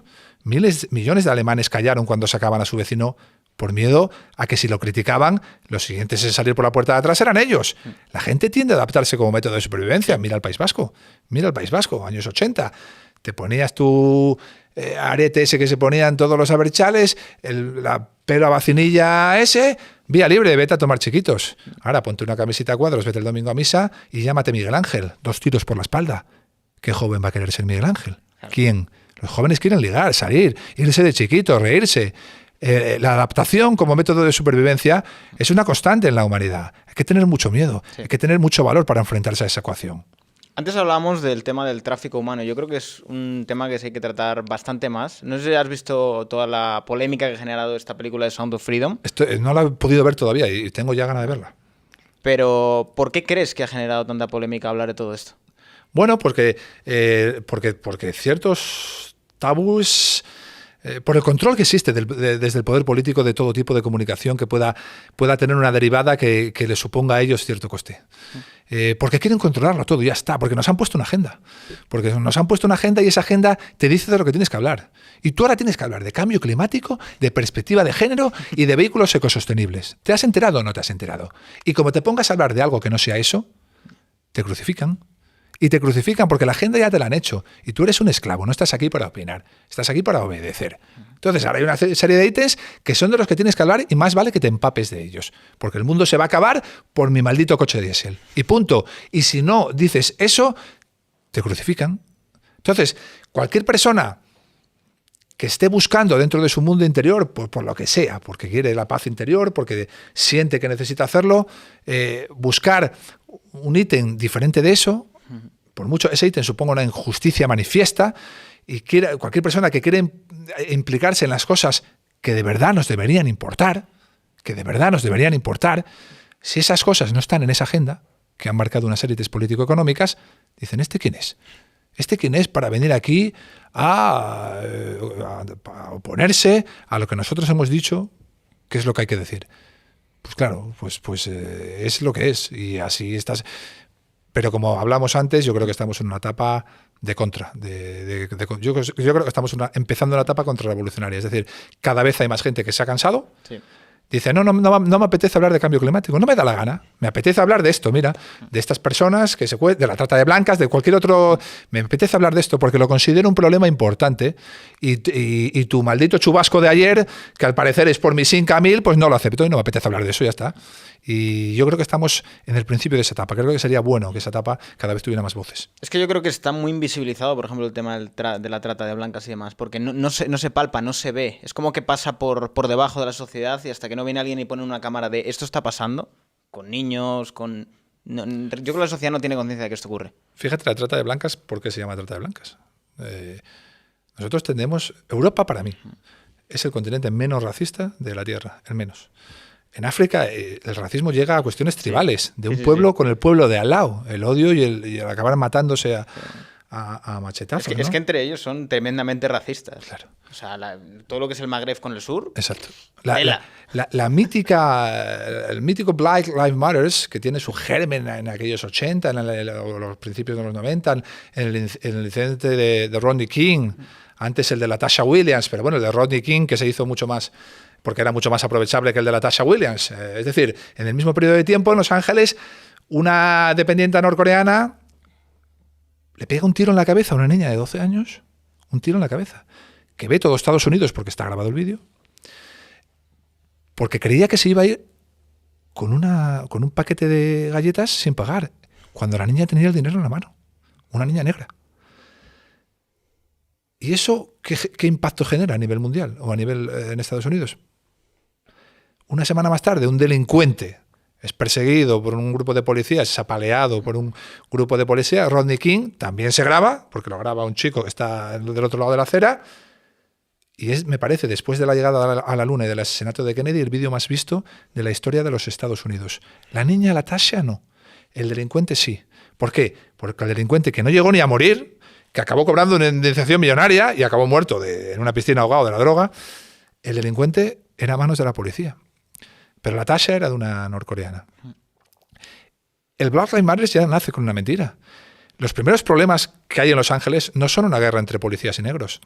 Es una guerra entre negros y coreanos. Cómo habían ocupado las tiendas de los barrios de los negros, cómo estos se resistían, cómo se habían producido muchos enfrentamientos. Hay una canción incluso de Ice Cube, que no recuerdo el nombre de... Pero está relacionada con los coreanos, en las que se les pide que ir a por los coreanos directamente. Se habla de violencia contra los coreanos, Koreatown, abiertamente, ¿no? Todo nace de una mentira. El racismo es el racismo. Hay personas racistas en todos los sitios, en todos los territorios. Por nuestra formación, por el nivel al que hemos logrado llegar en Occidente, en Europa, aquí somos menos racistas que en el resto del mundo. Y la trata de blancas no se llama trata de blancas porque sí. Es porque los piratas bereberes y porque guerreros del norte de África secuestraron a miles de mujeres blancas europeas y las llevaron a su continente a que fueran esclavas sexuales. Miles y miles y miles. Pero nadie parece que Sin embargo, yo tengo que pedir perdón. ¿Por qué? ¿Y arrodillarme en un campo de fútbol o algo? Porque no sé quién en Estados Unidos yo tengo que pedir perdón. O por la hispanidad tengo que pedir yo perdón. La primera vez que una reina, la mejor reina que ha conocido la historia, reconocía a los conquistados, reconocía que los conquistados tenían los mismos derechos que los conquistadores, que les puso el mismo estatus. La primera vez que no los trató como esclavos, que fue la reina Isabel. La hispanidad, que es una obra magna, llevarle universidades a donde tenían sacrificios, donde cortaban las cabezas de los vecinos de al lado y las ponían en púlpitos. Nosotros llevamos universidades, que nosotros hicimos un genocidio, pero ¿tú te has paseado alguna vez por Hispanoamérica? Si el 80% de la población es nativa o es indígena o mestiza, no solo no los matamos, sino que nos mezclamos con ellos.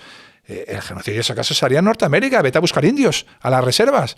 Y yo tengo que arrodillarme por eso. Yo, por esa obra magna, y entonces los del norte de África, por los piratas bereberes que raptaban a miles de mujeres y las secuestraban para placeres sexuales, ¿por qué no se arrodillan ellos? ¿Por qué no se arrodillan ellos?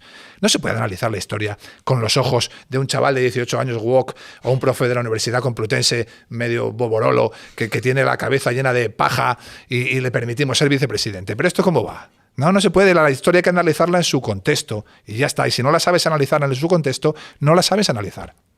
¿Por qué no hay formalmente una mafia en España?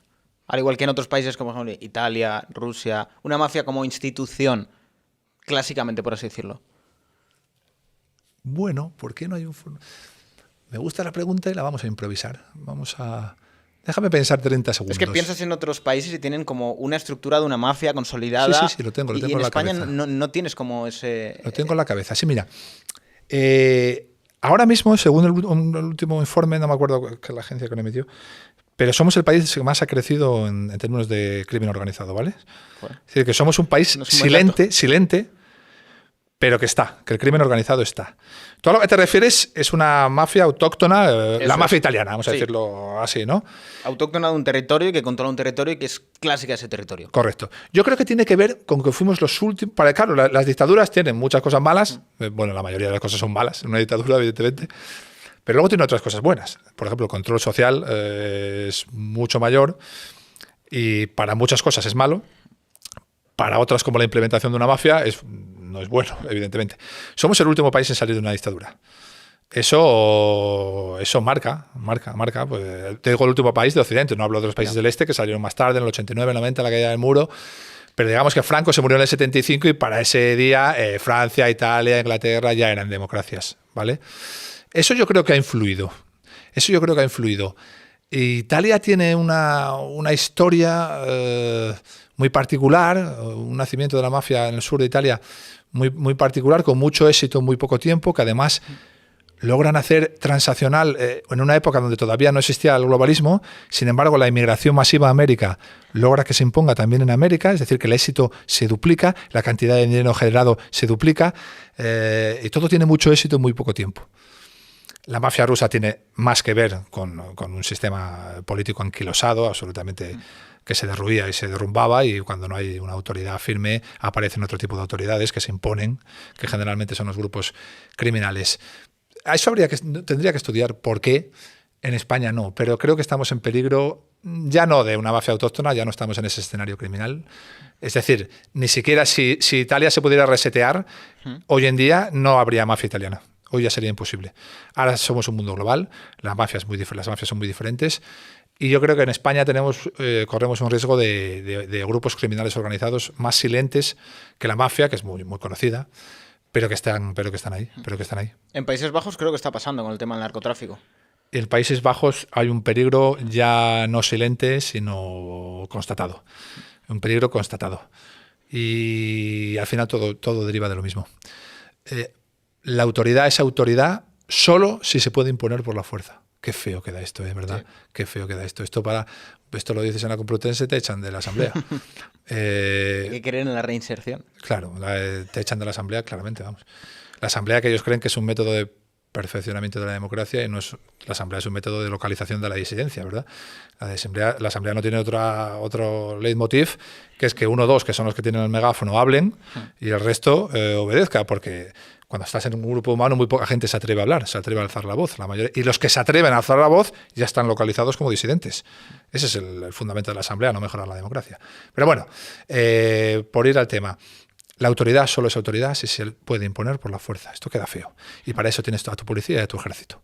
Cuando no consientes, cuando no permites, cuando pones trabas, cuando cuestionas cada actuación policial con vídeos manipulados donde solo se ve la última parte, los últimos 2 minutos, la parte represora, pero no se ve lo que hay antes de esa parte represora, cuando esto lo elevas ya a nivel mediático, es decir, muchos periodistas hacen eso, lo elevas a nivel político, es decir, miembros incluso del gobierno cuestionan permanentemente esa autoridad. Si no la puedes imponer por la fuerza, la pierdes. En el momento que la negocies, la pierdes. Ya está. Y cuando la pierdes, nunca se queda en el limbo. Siempre la gana alguien. Y ese alguien son los lobos. Es la Sharia, es la mafia, son los grupos organizados. Siempre la gana alguien. Si tú no la impones en un territorio, es cuestión de tiempo, muy pocos años, en que ese territorio acabe imponiendo otra autoridad. Y eso es una zona no-go. Eso es una zona no-go. Una zona no-go es una zona donde la autoridad tradicional de Occidente, jueces y policías, ya no existe.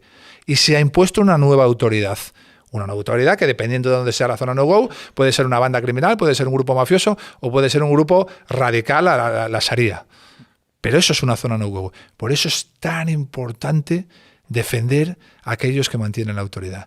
Y lo siento, para mantener la autoridad vas a ver escenas violentas. Va a haber que utilizar la fuerza. Lo siento, ojalá pudiera decirte, hay tanta gente, ¿verdad?, en las instituciones que es pacífica, ¿verdad? Yo las oigo hablar a estos ministros, ministras y ministres que tenemos, ¿verdad? Entonces salen allí alguna de ellas, yo que sé, he oído alguna vez a Belarra o a una de estas con este currículum tan inmenso que tienen en todo, ¿verdad? Capacidad empresarial, creación de empresas, libros escritos, una barbaridad. Y les hemos permitido gobernar el país. Sí, todo. Y dice, no, yo es que estoy en contra de la violencia, soy una persona pacífica, dice. Digo, vamos a ver, hija mía, ¿tú qué capacidades tienes para la violencia? ¿Tienes armas? ¿Uso de armas? ¿Has aprendido a manejarlas? ¿Enfrentamientos armados? ¿Has utilizado la violencia muchas veces en tu vida? ¿Has pertenecido a una fuerza o cuerpo de seguridad? ¿Tienes experiencia de combate? ¿Haces deportes de combate? Nada, absolutamente nada. Entonces tú no eres pacífica, tú eres inofensiva. Hay una diferencia abismal. Pacífico soy yo, que sé manejar armas de fuego y he tenido enfrentamientos violentos muchas veces durante mi vida. Tengo ciertas herramientas para la violencia, pero decido no utilizarlas, a no ser que sea mi propia defensa o la de terceros. Decido no utilizarlas, prefiero dialogar contigo. Yo puedo decir que soy pacífico. Y Ione, tú no puedes. Tú eres inofensiva. Sí. Y el problema es que cuando la sociedad es muy inofensiva, los lobos campan a sus anchas. Los lobos campan a sus anchas. Ya lo decía Grossman. No es un insulto, es una manera de dividir la sociedad en términos de procesos de violencia. Grossman, que es uno de los mayores expertos en violencia del mundo, decía que la sociedad está dividida en ovejas, lobos y perros pastores. La inmensa mayoría de la sociedad son ovejas. No tienen ninguna capacidad para la violencia, no la necesitan. Creen que el Estado va a suplir esa carencia. ¿Por qué? Porque tienen sus vidas, tienen que ir todo el día a la carnicería, al bar, a la peluquería, a trabajar. Eso es lo que Grossman denomina ovejas. Hay una parte pequeña de la sociedad que sí tiene capacidad para la violencia y decide utilizarla para beneficio propio. Esos son los lobos. Frente a esos, tenemos que tener otra pequeña parte de la población que también tengan capacidad para la violencia y a los que se les permita utilizarla. Esos son los perros pastores. Si atas a los perros pastores, los lobos harán el resto del trabajo. ¿Crees que hay un peligro con el tema del fentanilo en España? Sí. Viendo un poco cómo está la situación en Estados Unidos. Sí, porque Estados Unidos es el país que lo exporta todo. Pero que lo exporta todo. El cine, la comida, la industria y el crimen. Y lo que pasa en Estados Unidos, de hecho, la inmensa mayoría de estas estupideces woke y tal que se ven en nuestras universidades nacen de los laboratorios universitarios de los Estados Unidos. Y el fentanilo está pegando muy fuerte en Estados Unidos. ¿Existe un riesgo de volver a vivir una etapa como la de la heroína de los años 80? Tenemos más información, es cierto, ¿vale? Eso es un resorte de defensa que tenemos. Pero existe un riesgo. Porque este tipo de cosas... Yo he visto ya algún reportaje en Barcelona de que puede haber ya algún caso. No te lo introducen, toma fentanilo. ¿Por qué? Porque hoy en día todo el mundo tiene YouTube, hasta el drogodependiente, y ve, esto no lo puedo tomar porque mira dónde me lleva. Pero te lo cortan un poquito. Y en la siguiente dosis de lo que te den, te meten algo. Y la persona que lo recibe dice, esto me ha gustado, dame más de esto. Yeah. Y te meten otro poco. Y llega un momento en el que dices, ¿pero esto qué es? Pues mira, esto es esto. Y ahora ya o tomas esto o tu vida va a ser un infierno. Tenemos la experiencia de la heroína, ¿vale? Vamos a creer que la vamos a saber utilizar. Vamos a rezar porque nuestras élites la van a saber utilizar. Pero el peligro está, ¿eh? El peligro es latente y real. La pregunta es cómo una droga que en sí es del entorno médico, que cualquier médico te puede decir, esto no es algo de la calle, esto no es algo que haya salido de un tío que se haya puesto a hacer formulación, sino algo que viene del entorno médico, que se utiliza a niveles de anestesias muy fuertes. ¿Cómo ha llegado a la calle eso? La pregunta es buena. Es que vivimos, claro, el mundo actual ha cambiado tanto en tan poco tiempo. Yo siempre digo que los avances de los últimos 20 años en términos tecnológicos, en términos de autopistas de la comunicación, se necesitarían 5 siglos hace tiempo para lograrlos, ¿no? Entonces ahora, para lo bueno, eso es muy bueno, es que tú y yo nos sentamos aquí y un tipo en Pekín nos puede estar viendo. Eso es muy bueno, ¿no? Pero para lo malo también es muy malo. Entonces, la corrupción se ha instalado en todas las capas de la sociedad. Las farmacéuticas no dejan de ser grandes multinacionales también. Y una gran multinacional, evidentemente, tiene una visión sanitaria de lo que es mirar por la población, pero también tiene una visión económica empresarial que a veces pues no es lo mejor. Es difícil analizar ese problema porque estoy seguro que para que eso llegue a la calle, para que eso llegue al Smith de turno de Oklahoma, ¿verdad? Que está allí el pobre hombre tirado en la calle. Por encima de eso ha habido un proceso de corrupción que implica élites políticas, que implica élites económicas, que implica multinacionales también, ¿por qué no vamos a decirlo? Y que es difícil de analizar aquí tú y yo sentados en esta mesa, que habría que hacer un trabajo de campo grande. Es que hay un salto de, vale, tengo problemas en Estados Unidos con los opiáceos, a pasar al fentanilo. Es un salto enorme. Pero y no solo que sea enorme, es que ha sido muy rápido. O a mí me parece que ha sido muy rápido. Extremadamente rápido. Y porque ha sido muy rápido, desconfío de que el proceso sea natural. Desconfío. No soy una persona, no tengo pruebas aquí para decir el presidente de Estados Unidos está envenenando a su población. No soy un conspiranoico, además, no entro dentro de esa. Pero sí tengo cierta desconfianza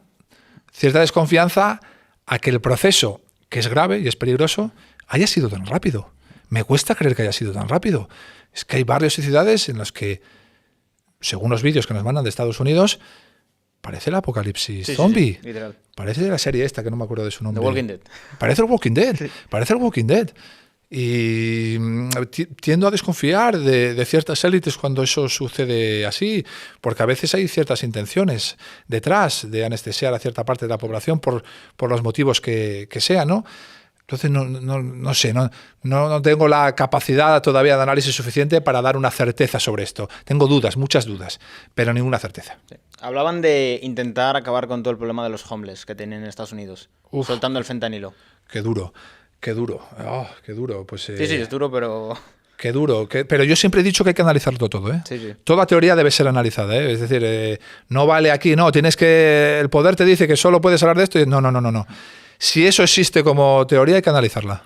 Por muy dura que sea, ¿eh? Y si luego no es, perfecto, mira, mejor para todos, porque reconocer eso es de una extrema gravedad, ¿vale? Pero yo sería partidario de hacer todo el análisis posible, porque vivimos en un mundo, yo ya no me fío de nadie. Es surrealista lo que ha pasado en los últimos 4 años. Sí. Es un nivel de acontecimientos... Sí, demasiado rápido todo, ¿verdad? Sí. Demasiado como que estuve... Y esto también lo ha dicho Bukele, ¿verdad? Bukele, cuando habla del crimen y va a Estados Unidos, les duele lo que les dice. Pero dice, el deterioro tan rápido de ciertos territorios, la degradación criminal de ciertos territorios, Bukele dice, no me creo que sean espontáneos. Esto es porque el poder quiere que esto sea así. Tiene que haber cierta parte de complicidad, si no es absolutamente imposible. Y además él no soy yo no soy ninguna voz autorizada, él sí. Él ha revertido los niveles de criminalidad de manera abrupta en muy pocos años. Es decir, él tiene autoridad para decir, yo sé que esto se puede hacer. No. Y también sé que si no lo haces es porque eres cómplice. También puede ser porque en el caso de que se produzca un caos, el gobierno tiene más capacidad de intervenir y por esa parte de recortar libertades o de tener, digamos que más atada a la población. Entonces, si buscas una excusa que genere inseguridad y miedo en la gente, tú tienes capacidad de intervenir a la gente. El miedo es un arma poderosísima. El miedo es un arma poderosísima. Bueno, lo hemos visto hace poco con el COVID. El miedo es un arma peligrosísima y poderosísima. Y evidentemente hay ciertas ideologías políticas que sobreviven muy bien al caos, que salen reforzadas, de hecho, diría yo, del caos, y cuyo argumentario y cuyo plano real no se parecen en nada, porque aquí tenemos el gobierno más progresista de la historia, como todo el mundo sabe, porque nos lo dijeron ellos, que no querían una ley de seguridad ciudadana porque era una ley mordaza, pero que es el gobierno que más ha utilizado una ley de seguridad ciudadana en la historia de nuestra democracia. Entonces, estas cosas hay que analizarlas y hay que verlas con perspectiva. Era un gobierno de Welcome Refugees que señalaba como racistas a todos los que veíamos un problema en los procesos desbordados, pero y que llamaron, de hecho, devoluciones en caliente, siempre le ponen nombres malos a todo lo que ellos no quieren, devoluciones en caliente a los rechazos en frontera, y nos decían que eso era inaceptable. Pero es el gobierno con más rechazos en frontera en la historia de nuestra democracia. Solo el asalto a Ceuta, es una barbaridad ya. Entonces, entre lo que dicen y lo que hacen, entre lo que defienden y luego lo que utilizan para los sistemas de control de los que tú hablabas, ¿cómo se sale de esta? Tenemos un problema muy grande, porque la mitad de la población en España no juzga a sus líderes por sus actos, los juzga por sus ideales, por lo que te dicen que van a hacer. Es decir... Política de gestos. Sí, de gestos. Yo vengo aquí a acabar con el hambre. Vale, pero es que llevas 4 años aquí y el hambre se ha duplicado. No lo juzgan por eso. Por haber duplicado el número de hambrientos. No. Que es que este tipo al que yo voto dice que va a acabar con el hambre. ¿Pero cuándo va a acabar con el hambre? Entonces tenemos un problema con eso. Tenemos un problema muy grande porque parece que la mitad de la población está anestesiada. Entonces tienes un gobierno que fracasa en todo. En lo económico, en el control de la pandemia, que te suelta violadores por la calle, cuando tiene un ministerio específico para evitar ese tipo de cosas, que hace comete todo tipo de tropelías, que habla contra la corrupción y cambia el Código Penal para beneficiar a malversadores, para beneficiar a corruptos, que te habla contra esto y luego amnistía a esos propios, que te habla de clasismo, pero hace unas leyes y amnistía a unos políticos en función de lo que son por determinados delitos, pero no a otros ciudadanos de a pie. Y la gente le da igual, porque han llegado unas elecciones. ¿Y quién ha juzgado a esta gente por lo que ha hecho? De la mitad de la población no. Es evidente que la mitad los ha juzgado por lo que dicen que van a hacer. O por aquello en lo que creen, por ideales. Que los ideales están muy bien, pero lo que han hecho es lo que han hecho, hijo mío. Es lo que han hecho, está ahí, es palpable. Totalmente. Es evidente. Pero tú imagínate ser Pedro Sánchez y decir, puedo mentir, puedo hacer lo que quiera, puedo engañar a la gente y aún así me siguen votando, saco un mejor resultado y puedo llegar a gobernar. Y continuar gobernando. O sea, te sientes invencible. O sea, es una sensación de omnipotencia absoluta. Yo no me quiero imaginar ser Pedro Sánchez, eso para empezar, porque creo que es lo peor que le ha pasado a España en la democracia. Lo más mediocre, lo más, no sé, Sánchez es yo mimé conmigo. Y todo lo hace para Sánchez. Y para estar 10 minutos más, vendería... Yo creo que trasciende la ideología. O sea, Sánchez Sí. su ideología es el mismo. Nada, yo ya no le echo la culpa al socialismo. No. Esto es Sánchez. Sí. Esto es Sánchez. Y Sánchez, como decimos en Asturias, sería capaz de vender a quien sea por un plato de lentejas. Es decir, que vende por media hora más en el poder, vende lo que sea y negocia y pacta con quien sea, aunque esas manos estén manchadas de sangre. Y luego hay que entender que sus socios vienen de donde vienen y son lo que son. Y la violencia en parte de sus socios es un hecho fundamental para definirlos. Ahora estamos con lo de Hamás, pero también está el País Vasco, ETA, y lo que están haciendo ahora con Bildu. Podemos, la candidata a la alcaldía de Ávila de Podemos se descubrió a mitad de la campaña que había estado condenada por homicidio en los años 90. Lo lógico, lo racional, sea del partido que seas, ni de izquierda ni de derechas, aparte inmediatamente a esa candidata, mandaron a Echenique a reforzarla y a decir que había matado a su entonces pareja porque era un machista y porque le pegaba, que luego tuvo que la familia denunciar otra vez. Dice, oye, mi hijo no ha estado nunca, está muerto, pero nunca ha estado condenado por esto que dice esta gente. Esa gente acepta la violencia cuando la violencia la aplican los suyos y la critica cuando la aplican los de enfrente. Y las personas sensatas no pueden aceptar eso. Si el partido al que yo voto en mi ciudad se descubre que la candidata ha estado condenada por homicidio y mi partido no cesa inmediatamente a esa candidata, no vuelvo a votar ese partido. ¿Pero cómo voy a volver? Tengo unos principios éticos y morales que rigen mi vida. Claro, ¿ellos qué tienen en lugar de principios éticos y morales? Pues relativismo absoluto, todo relativo. Aquí todo relativo, nada. Los trascendentales ya no existen, que diría mi queridísima y mi articulista favorita Esperanza Ruiz. Los trascendentales, aquellos que considerábamos sagrado, que era así porque sí. Esto ya no existe. Ahora puedes sentirte lo que sea, un caimán del Amazonas, soy un caimán del Amazonas, tatúame aquí una cresta de caimán. Y respétame, que soy un caimán del Amazonas, pero hombre, respétate tú primero, yo qué sé, que yo te respeto.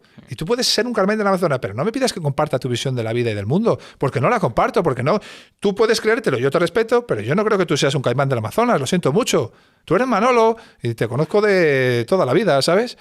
No existe nada ya sagrado. Hemos perdido la noción y la diferencia entre el bien y el mal. Ya no existe aquello.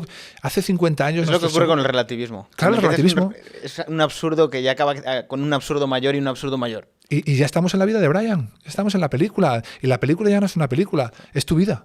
La película de vida de Brian, o aquí que hacía Berlanga, estas películas que hacía Berlanga, esto ya no es una película. Esto ya es la vida real. Y tú ves ahora pasajes que están sucediendo en la vida real y que se toman como algo serio y que no puedes criticarlo ni oponerte a ello porque te cercenan civilmente, que son pasajes que causaban risa en las películas de la vida de Brian y de la escopeta nacional y de todas estas cosas. Es un mundo muy, efectivamente, el relativismo, qué malo es que se imponga el relativismo. Sí. Qué malo es que nos cercenen nuestros principios, nuestros valores, nuestra ética, el lugar de donde viene nuestra ética. Qué malísimo es para la sociedad. Lo estamos sufriendo. Por ir zanjando ya, Samuel, llevamos unas semanas un poco complicadas con el tema del terrorismo y demás. ¿Hay signos de preocupación respecto a la situación en España, respecto al terrorismo? La gente tendría que estar preocupada porque a mí me llega mucha gente que dice, joder, Víctor, me da miedo el a lo mejor salir este fin de semana, me da miedo coger el tren. A ver. ¿Hay realmente una preocupación palpable? Mira, a mí, claro, es fácil que te acusen del alarmismo si hablas de esto, sí. ¿Vale? Pero yo creo que sí que hay que estar preocupados. El mundo está cambiando muy rápido, la amenaza la tenemos dentro de nuestra casa y habría que estar preocupados. Y eso no significa alarmar. Yo lo que quiero es que mis dirigentes informen a toda la población, e informen con la verdad, porque somos adultos y sabremos gestionar esa verdad. Sabremos, si ni siquiera es una cuestión de buscar culpables, es una cuestión de tener toda la información de lo que nos puede pasar. Ahora mismo se acaban de suspender los MTV que iban a celebrarse en París. Y yo me pregunto por qué. ¿Por qué se suspenden los MTV a la vez que se cierran 6 aeropuertos? ¿Será porque tienen información o inteligencia que implique que no están muy seguros de lo que pueda suceder en esos aeropuertos? Vale. Y si la tienen, ¿Por qué tienen que saberlo Lady Gaga, pero no el carnicero de Marsella? No. ¿Por qué el carnicero de Marsella, que también puede coger un avión, no tiene también esa información de parte de su gobierno? ¿Es que no paga impuestos el carnicero de Marsella? ¿Es que solo los paga Lady Gaga? Está bien proteger a los artistas y proteger a los cantantes, pero hay que proteger a todo el mundo. Entonces yo solo le pido a mi gobierno que me dé información real y fiable de lo que puede pasar. Y ni siquiera le voy a echar la culpa. Si un lobo viene a atentar aquí, yo no le voy a echar la culpa a Pedro Sánchez. Pero quiero tener información. No quiero que a todos aquellos que pretendan dar información se les señale y se les diga eres un alarmista, eso no se puede hacer. No. A mí infórmame de verdad. Si yo soy un ciudadano de París, quiero saber por qué se han suspendido los MTV. ¿Por qué? Porque mi vuelo no se ha suspendido y nadie me ha llamado para que se suspendiera. Pero el mismo día que yo salgo en avión, los artistas no vuelan y 6 aeropuertos se cierran. Y en teoría eso es una gala de premios que tendrá una seguridad enorme, extrema. Enorme. Yo tengo mi opinión personal, ¿vale? No es un facto, es una opinión. Yo creo que tenían miedo. No pueden tener miedo a la gala. La gala está dotada de unos niveles de seguridad que la hace infranqueable. Tenían miedo a los aeropuertos. Es mi opinión personal. Pero si tienen inteligencia e información para tener miedo a los aeropuertos, que el carnicero de Marsella, que el peluquero de París también la conozcan. Es una obligación del gobierno no tratarte como un niño, sino darte información real y veraz. Y si no, es un mal gobierno. ¿Qué diferencia hay entre una alerta 4, una alerta 5 y una alerta 4 reforzada? Porque yo creo que estos días se está hablando mucho de ello y no se sabe exactamente cuál es la diferencia entre las tres. El miedo del gobierno a subir. La alerta 5 implica una cosa, despliegue militar. Algo que ya está desplegado en París desde hace años, algo que tienen también en otros países europeos desde hace años. Bien, lamentablemente, y esto es otra opinión personal, creo que los socios del gobierno no aceptan el despliegue militar. Anteponen el discurso antimilitarista, como empezamos hablando de esto. Pero ¿cómo puede tener? Es que no tiene ningún sentido. Empezamos hablando de esto. Se trabaja para proteger discursos políticos y estructuras de poder y no para proteger ciudadanos, ¿verdad? Fue nuestra primera pregunta en esta charla. Bueno, pues esto es igual. Ellos tienen un discurso frente a lo militar. Entonces no quieren ver militares en las calles y anteponen ese discurso a la protección de los ciudadanos. ¿Qué miedo hay a subir a alerta 5 tal como está Europa ahora mismo? Estamos viendo cada 4 horas un atentado, sea más grave o menos grave. Israel, ¿qué ha pasado? ¿Cómo está ahora la franja? Hombre, ¿qué mejor escenario para subir una alerta que este? Entonces, ¿por qué no lo subimos? El 5 solo es un número. No lo subimos porque el 5 implica desplegar militares.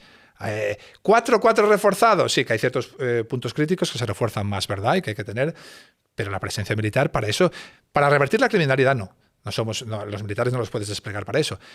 Pero para proteger puntos críticos tienen un éxito contrastado. Sí. Y por lo tanto, eso liberaría a cientos de policías para proteger labores de seguridad ciudadana y también para protegernos de este tipo de lobos que están atentando en Europa. No es una mala idea. Alguno me ha criticado por una intervención televisiva de ayer en la que dije algo parecido a esto. Bueno, les ha dado tiempo a criticarte. Sí. A los 5 minutos de que lo digas. No tienes ni idea, eres un ignorante. Digo, bueno, a ver quién me habla. Igual es una eminencia. ¿Qué va? Es la pan de turno, la de barrio.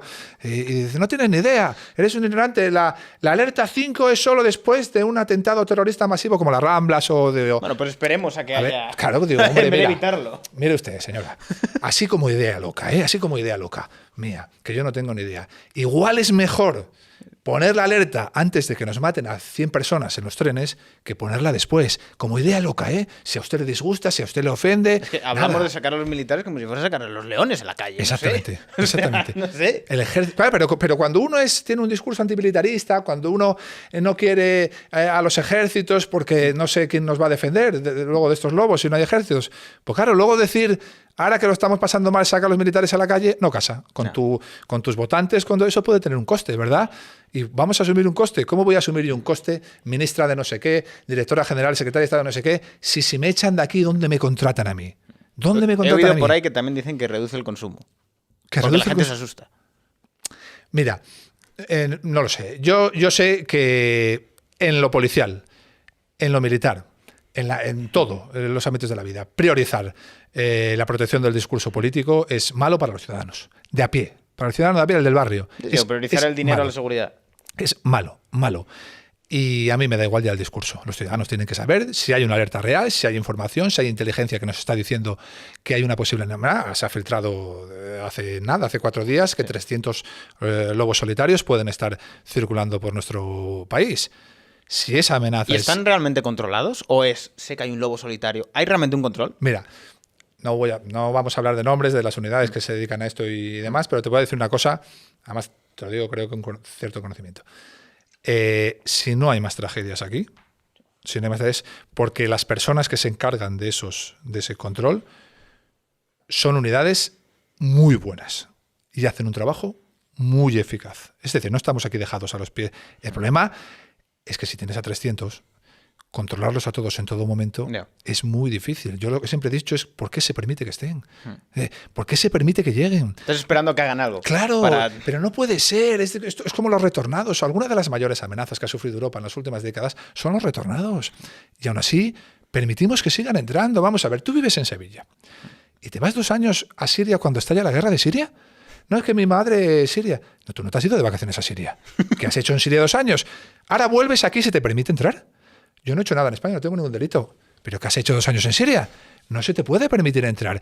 En Suecia, y estamos haciendo todo lo malo que hizo Suecia, y vamos camino de Suecia y de Francia, si no cambiamos ya, hace unos años se detectó que había retornados, no solo que se les había permitido volver a Suecia, que había retornados trabajando en escuelas.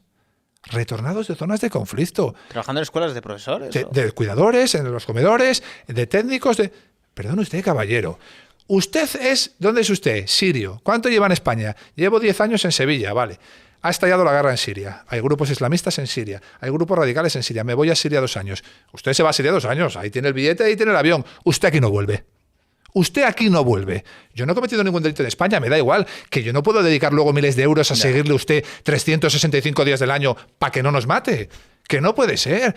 No tenemos ni siquiera una política férrea de retornados. Algunos, que se puede constatar que han participado en organizaciones y tal, se les detiene al llegar, vale, pero no todos. Tenemos que ser más duros. Tiene que aparecer en política ya un hombre fuerte, lo siento. Como no aparezca pronto un hombre fuerte, un hombre valiente, un hombre capaz de tomar decisiones y estar dispuesto a asumir el riesgo de esas decisiones, estaremos cada vez peor. Recemos para que aparezca pronto un hombre fuerte. Ese hombre fuerte, ya lo avanzo, no es Pedro Sánchez. Para zanjar, Samuel, yo creo que a todos nos ha pasado cuando éramos más jóvenes. Bueno, a ver, tampoco que sea un abuelo, pero cuando éramos más jóvenes... Yo soy muy viejo, lo dice tu cámara. Ver la película de SWAT y decir, yo quiero ser como ellos. ¿Cómo de difícil es llegar a ser un SWAT, un geo?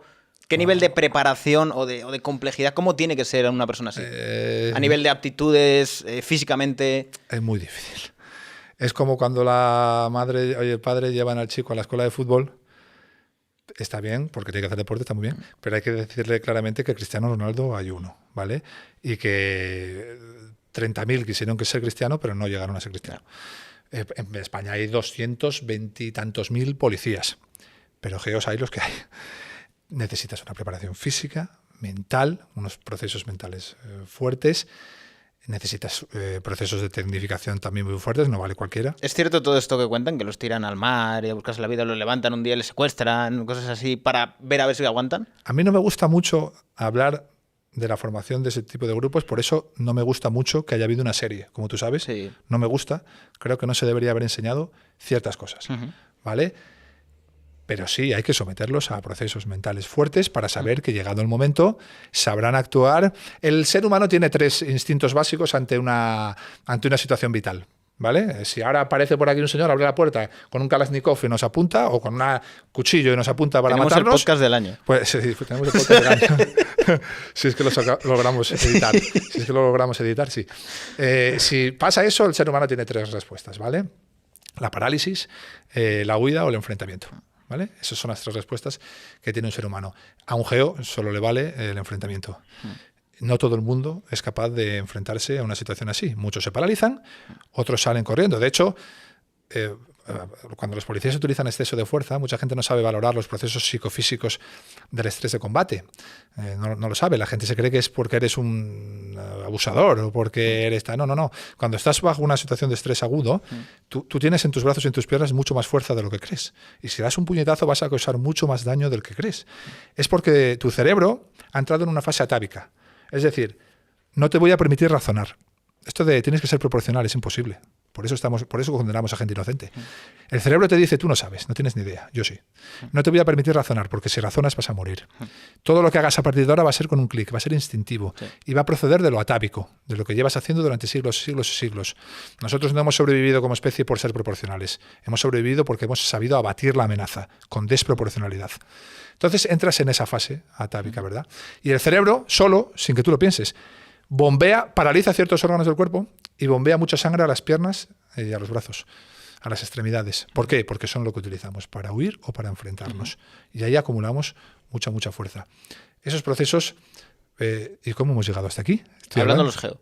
Hablando de los geo. Efectivamente. Esos procesos hay que saber confrontarlos.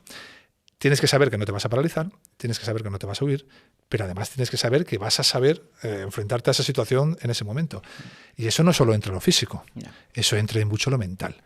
Entonces, ser policía es la cosa más bonita del mundo. Estar en un Z o en un GOR como yo durante 20 años respondiendo los avisos de tus vecinos es adictivo, es precioso, no hace falta ser un geo. Y si luego eres un fuera de serie, yo no era un fuera de serie, por lo tanto nunca he podido acceder al geo, pero hay gente que sí que es fuera de serie, mental y físicamente, pues ¿por qué no? Puedes intentarlo, ¿por qué no? Sabiendo que entran muy pocos, ¿vale? Cristiano Ronaldo son los que son. ¿Y trabajan en sí mucho? O sea, tienen muchas operaciones al año, porque imagino que serán cosas muy concretas, ¿no? No tienen mucho trabajo, pero sí lo hacen muy bien porque tienen mucho entrenamiento. El entrenamiento es constante para que cuando llegue el día estén absolutamente preparados. Mira, a ver, ¿cómo explicamos esto?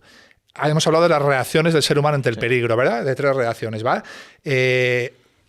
Como estrategia, lo que tú puedes hacer para enfrentarte a esa amenaza, a ese tipo que va a entrar por ahí con un machete, lo que yo voy a hacer a partir de que le vea, del contacto visual, las pulsaciones suben, la adrenalina, hay unos procesos psicofísicos, ¿vale? Yo solo voy a poder hacer una cosa. Todo lo que tenga incorporado a la memoria mecánica. Es decir, aquello que he entrenado constantemente durante años y he repetido miles y miles y miles de veces. Eso se incorpora a tu memoria mecánica, te sale por instinto. No lo necesitas pensar, porque si te pones a pensar estás muerto. Entonces, si tú has entrenado desenfundar de manera rápida durante miles y miles y miles de veces, cuando le veas entrar, si tienes un arma aquí, un policía normal puede que se olvide por el estrés hasta que tenga el arma. Pero una persona acostumbrada, un agente de élite, puede que haga así. Es porque lo tiene incorporado a su memoria mecánica. ¿Te acuerdas que hace poco condenaron, o no sé si ya está condenado, a un anciano de Ciudad Real que se defendió en su casa con una escopeta? Bueno, este ciudadano de Ciudad Real a las 3 de la mañana sale fuera y ve a un intruso en su parcela. De noche, pánico, miedo, estrés, adrenalina. Se anula lo racional. Le han pedido ser proporcional en el juicio. Estamos como burros. Sí. No puede ser proporcional. Pasa a una fase atávica, instintiva. Le dicen, no, es que entró a recargar. ¿Por qué no entró a llamar por teléfono? No sabes de lo que hablas, muchacho. No sabes de lo que hablas. Él solo puede exteriorizar las acciones que tenga incorporadas a su memoria mecánica. ¿Está incorporada a su memoria mecánica el llamar al 091? No. ¿Cuántas veces ha podido hacerlo en su vida? ¿Una? Ni siquiera se acuerda del número. Te lo digo yo, que he respondido a avisos y he llegado allí y me dice el vecino, he tenido que llamar yo porque él no se acordaba del número. Joder. Cuando estás en estrés agudo, pasa. ¿Cómo le vas a pedir a ese señor que busque un teléfono y marque el 091? Pérdida de la capacidad motora fina, una de las primeras cosas que pasan en una situación de estrés. No manejas bien tus deditos, ¿vale? ¿Qué hace este señor? Lo que ha repetido constantemente desde los 14 años, miles y miles de veces. Era cazador. Había recargado su arma miles y miles de veces. Si le pones en mitad de una discoteca, con la música a tope, sin luz, con destellos, y le das la escopeta y le pones una venda a los ojos, recarga la escopeta. Lo hace de manera instintiva. Lo ha hecho miles y miles de veces y lo tiene incorporado a su memoria mecánica. Por eso entra y recarga. Es su manera de anular la amenaza. El cerebro le está diciendo, no negocies, no busques salidas ni proporcionalidad. Haz lo que sabes hacer y además lo vas a hacer bien. Coge la escopeta, recarga y dispara. Anula la amenaza. No es una voluntad, no sale de lo volitivo. Sale de lo irracional, de lo atávico. Se lo está ordenando el cerebro por instinto. Y aún así le metemos en la cárcel. No hay derecho. No. ¿Y en la parte de combate los geo también están curtidos en el cuerpo a cuerpo? ¿O simplemente entrenan arma? ¿O también, también la parte de cuerpo a cuerpo? No, entrenan cuerpo. Entrenan todo tipo de... En el sentido a lo mejor de poder llegar a coger a un geo y enfrentarle a uno de la UFC y que puedan competir, por ejemplo. Uno de la UFC es un guerrero nato. Por eso digo, un poco para hacer comparativa. No, porque estamos hablando de una persona que dedica toda su vida a eso. Acuerdo. Un geo necesita muchas más cosas a la hora de entrenar. Puede entrenar eso 1 hora al día, pero Khabib entrena 12 horas al día eso. Claro, es como pedirle a Khabib que se enfrenta a un geo a distancia de 20 metros, cada uno con un arma. A ver quién muere. Sí. Muere Khabib. Estoy absolutamente seguro que muere Khabib. Pero si los metes en un octógono, yo no apostaría por el geo, lo siento. Aunque es mi compañero, pero yo no apostaría por el geo. Luego es verdad que también hay geos. Por ejemplo, el jefe de los geos actual, don Luis Esteban Lezaun, es un guerrero nato, es una persona, tiene mucha experiencia operativa, ha estado en grupos, antes estuvo en GOES, ha estado en grupos de investigación de alto nivel, es lo que se conoce pues como un guerrero, ¿no? Sí. Y también estoy seguro que ha hecho deportes de contacto y deportes de combate, y habrá hecho boxeo, y habrá hecho, pero eso ya forma parte del acervo personal. Ya. No todos los geos han hecho desde jóvenes a lo mejor boxeo, jiu-jitsu, hay otros que sí, ¿Y tiene un límite de edad en el sentido de decir tú ya te tienes que retirar a partir de cierta edad? No, pero es que por ley ya no se puede poner límites de edad a nada. ¿No? Eso lo da el jefe de unidad y el sentido común. Me imagino que eso además será... Uno sabe cuándo ha llegado al límite de las cosas, y más en esos niveles. Ya. Es una unidad muy pequeña, muy especializada, y que enseguida que actúa en grupo. Sí. Por lo tanto, si tú actúas en un equipo, y tu equipo es de 6, y tienes una serie de actuaciones, no hace falta ser muy listo para que si de los 6 tornillos uno empieza a fallar, los 6 se dan cuenta enseguida de que uno de los tornillos empieza a fallar. Y el propio tornillo es el que sabe que yo ya no estoy a la altura. Entonces no creo que haya mucho problema en dilucidar eso. No creo que haya mucho problema. No se trata de una cuestión de edad. No, la edad hoy no es como la edad de nuestros padres, que los veías después de haber trabajado tantos años, después de tal. Con 50 años parece que tenían los 80 de hoy.